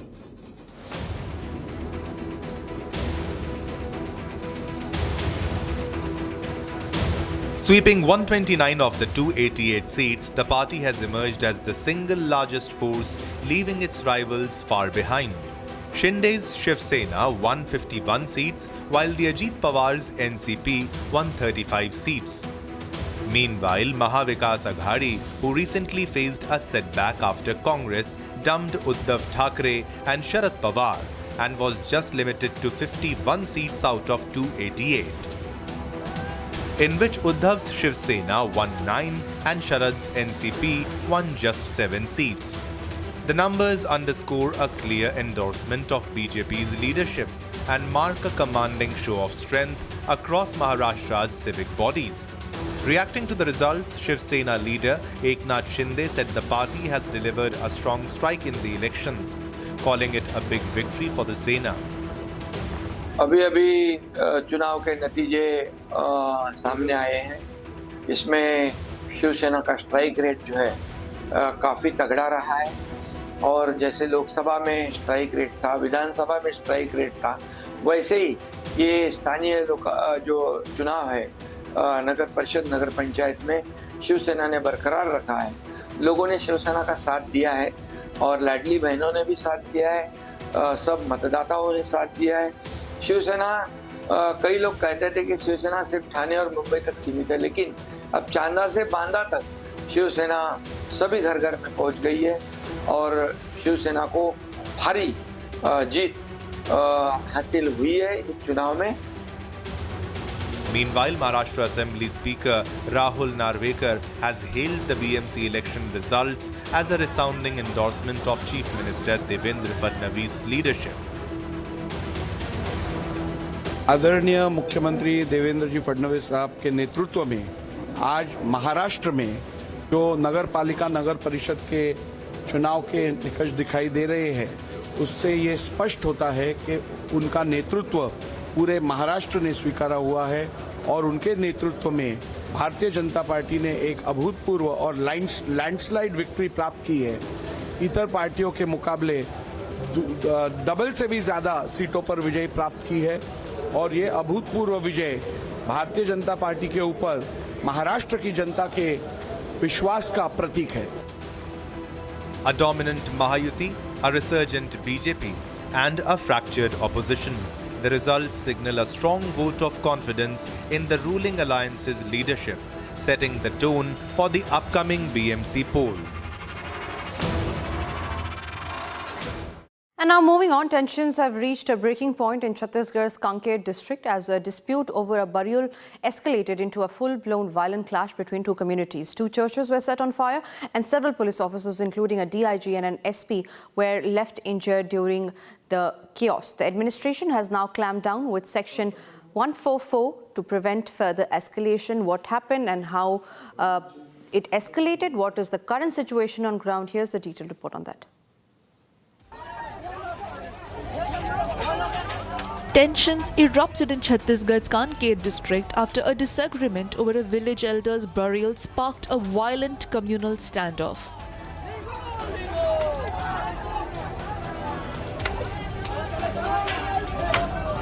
नारा लगाते हुए, चिल्लाते हुए, बुढ़ाल पेलता सेवा सेवा, ऐसा नाना प्रकार की रैली चिल्लाकर आने के बाद सीधा जो मरघट को तोड़फोड़ किए। तो जैसे मरघट को तोड़ना चालू किए, परंतु हमने एक भी शब्द कुछ नहीं कहा, परंतु इन्होंने उसके बाद उनको छोड़ के सीधा जहां हम आम पेड़ में बैठे थे वहां मारने के लिए आने के बाद हमारे लोगों को दौड़ा कर मारना चालू किए। Alleged attempts to alter long-standing tribal burial practices ignited the fuse, culminating in a brutal clash between rival groups.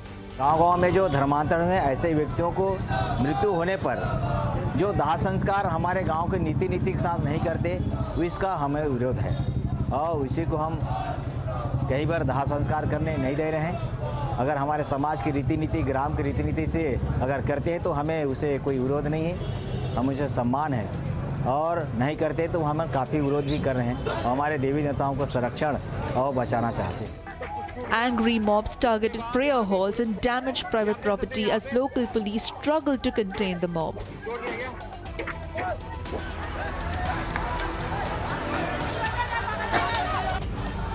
Top police officials, including the DIG and SP, were injured while trying to mediate between the ripped groups as stones rained down on them.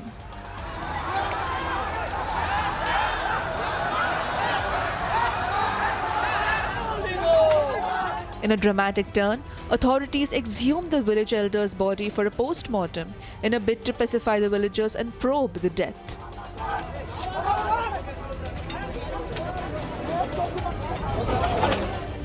A massive police deployment is underway in North Bastar's tribal belt to prevent retaliatory attacks as the administration remains on high alert. While the situation is reported to be under control, surveillance has been stepped up across the district, with authorities keeping a hawk's eye on developments. And now moving on to the story that we're tracking in this edition, Imran Khan has been hit with yet another massive setback. A Pakistan court has sentenced the former Prime Minister and his wife Bushra Bibi to 17 years in jail, each in the Toshakhana corruption case. The verdict has exploded into protest by the PTI workers out on the streets. Here's a detailed report on what's currently happening in Pakistan. Fresh unrest has erupted on Pakistan's streets, with PTI workers protesting in Mansehra against the sentencing of former Prime Minister Imran Khan and his wife Bushra Bibi. A day earlier, a Pakistan court handed Imran Khan and Bushra Bibi 17 years in jail each in the Toshakhana corruption case. The court ruled that the couple illegally retained and sold state gifts, including expensive jewelry from the Saudi government, at prices far below the market value. The verdict was delivered from Adiala jail, where Khan is already lodged in multiple cases. The Toshakhana case has shadowed Imran Khan since 2021, with investigators alleging fraudulent declarations and illegal profits from state gifts meant for the treasury. The former PM has consistently denied wrongdoing, calling the charges fabricated and politically driven.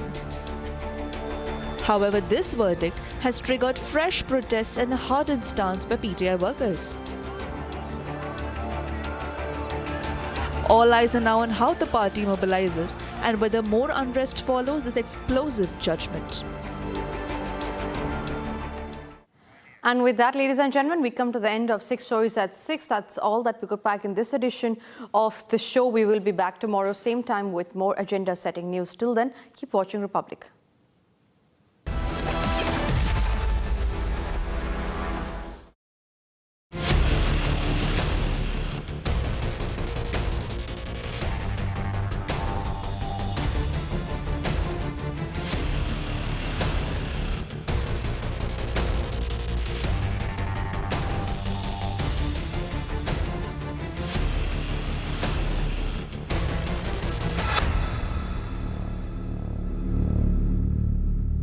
आधे bowl दही में 4 चम्मच MDH चटनी पुदीना मसाला डाला, stir करो, पुदीना चटनी तैयार। MDH चटनी पुदीना मसाला।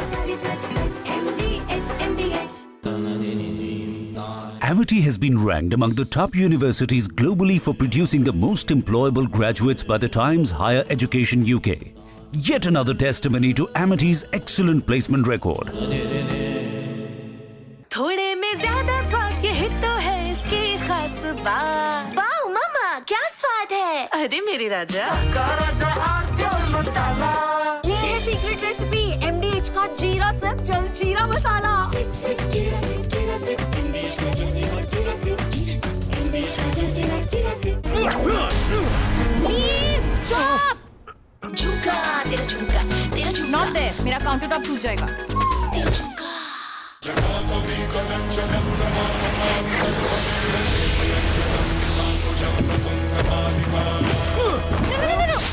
मेरी चिमनी टूट जाएगी। What are you doing? रानी, इस घर में कुछ है जो टूटता नहीं।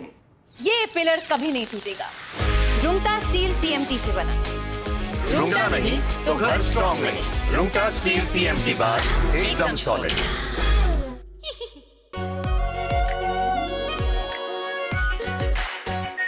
Are pure shahi paneer masala, delicious, healthy every day. दादी के हाथों का जादू और खुशबू से महकता घर, माँ की मुस्कुराहट और खाने की सुगंध। MDH गरम मसाला, क्योंकि हर रिश्ता है स्वाद से जुड़ा।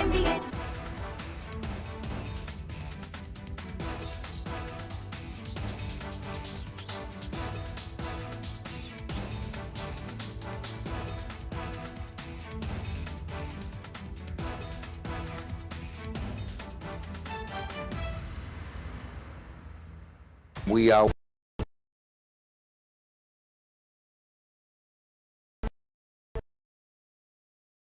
The Epstein Files Transparency Act's December's 19 deadline prompted the recent release of the Jeffrey Epstein Files, which disclosed a vast amount of information that connects the finance's personal life to his connections to most influential people in the world. Tens of thousands of pictures and papers are now visualizing what was once whispered in the deposition transcripts. The House Overnight Committee collected over 95,000 photos and documents from Epstein's estate, which served as a foundation for the recent revelations. Here are the Epstein Files, page number 1. The recent release of the Jeffrey Epstein files, triggered by the December 19, 2025 deadline of the Epstein Files Transparency Act, has unveiled a massive trove of data that bridges the gap between the financier's private life and his proximity to the world's most powerful figures. What was once whispered in deposition transcripts is now being visualized through tens of thousands of images and documents.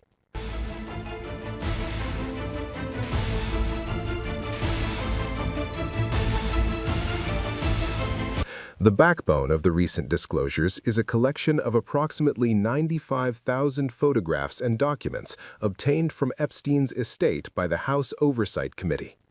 While the Department of Justice, DOJ, began its mandated release on December 19th, House Democrats had already begun a drip feed of these materials. The files include estate photos, high-resolution images of Epstein's properties, including his Manhattan townhouse and his private island, Little St. James. Photos of a dentist's office in his Caribbean home, BDSM equipment, and peculiar office decor, such as a chalkboard with words written on it. A commemorative book given to Epstein for his 50th birthday, containing notes and signatures from various elites.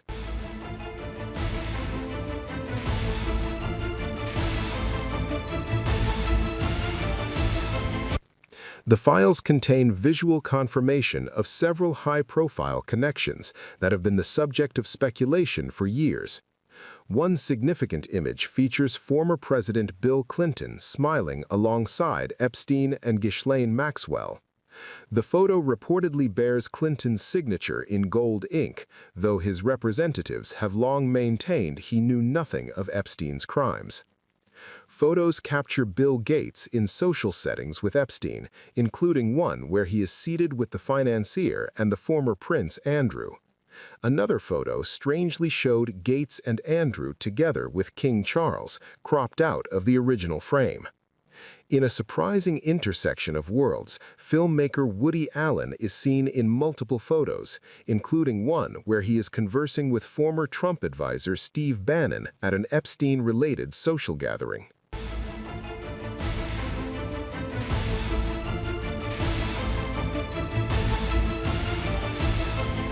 The files offer a nuanced examination of the relationship between Jeffrey Epstein and Donald Trump, which spanned approximately 15 years before a falling out in 2004. Trump appears in at least 3 images from the new batch. One shows him at a Hawaiian-themed party surrounded by 6 women whose faces are redacted. Another shows him sitting with a woman on what appears to be an aircraft. Despite the provocative nature of the photos, investigators and journalists note that none of the images released thus far show Donald Trump engaging in illegal activity or provide smoking gun evidence of involvement in Epstein's sex trafficking ring.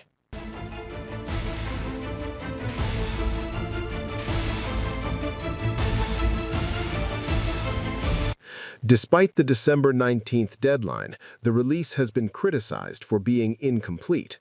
Huge swaths of the 95,000 photos remain unreleased to the public. The House Oversight Committee has stated it is redacting the faces of potential victims to protect their privacy. The Department of Justice released a partial batch on the deadline day, announcing that the remainder of the files would be released over several weeks. This has led to accusations of a cover-up from some lawmakers who argue the DOJ is violating the transparency law.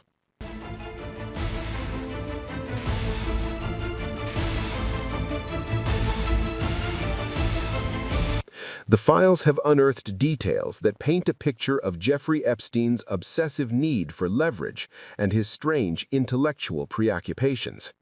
Photos of a landline phone at Epstein's island residence showed first names written on the speed dial, hinting at the immediacy of his access to powerful people. Some of the most personal images include Epstein in a bathtub and a selfie of the financier with a swollen lip, the context of which remains unknown. The release has turned into a partisan battleground.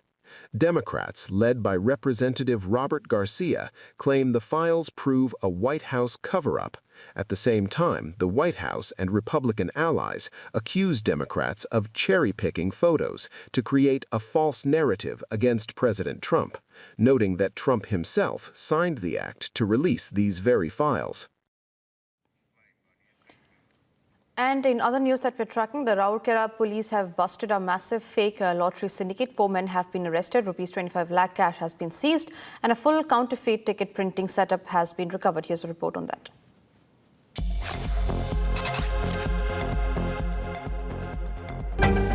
In a major crackdown, Raurkela police have busted a fake lottery racket operating under plant-side police station limits. Acting on a tip-off, multiple raids were carried out across the city on December 20th. Police recovered counterfeit lottery tickets, incriminating material, and rupees 25,37,260 rupees in cash. The accused were manufacturing fake lottery tickets and distributing them through agents across Raurkela. 4 men have been arrested in the case. Police seized 8 mobile phones, 5 notebooks, a desktop computer, printer, and other material used to print the fake tickets. A case has been registered under sections of the Bharatiya Nyaya Sanhita and Lotteries Regulation Act. The police are now tracking other members of the network and probing the full extent of the racket.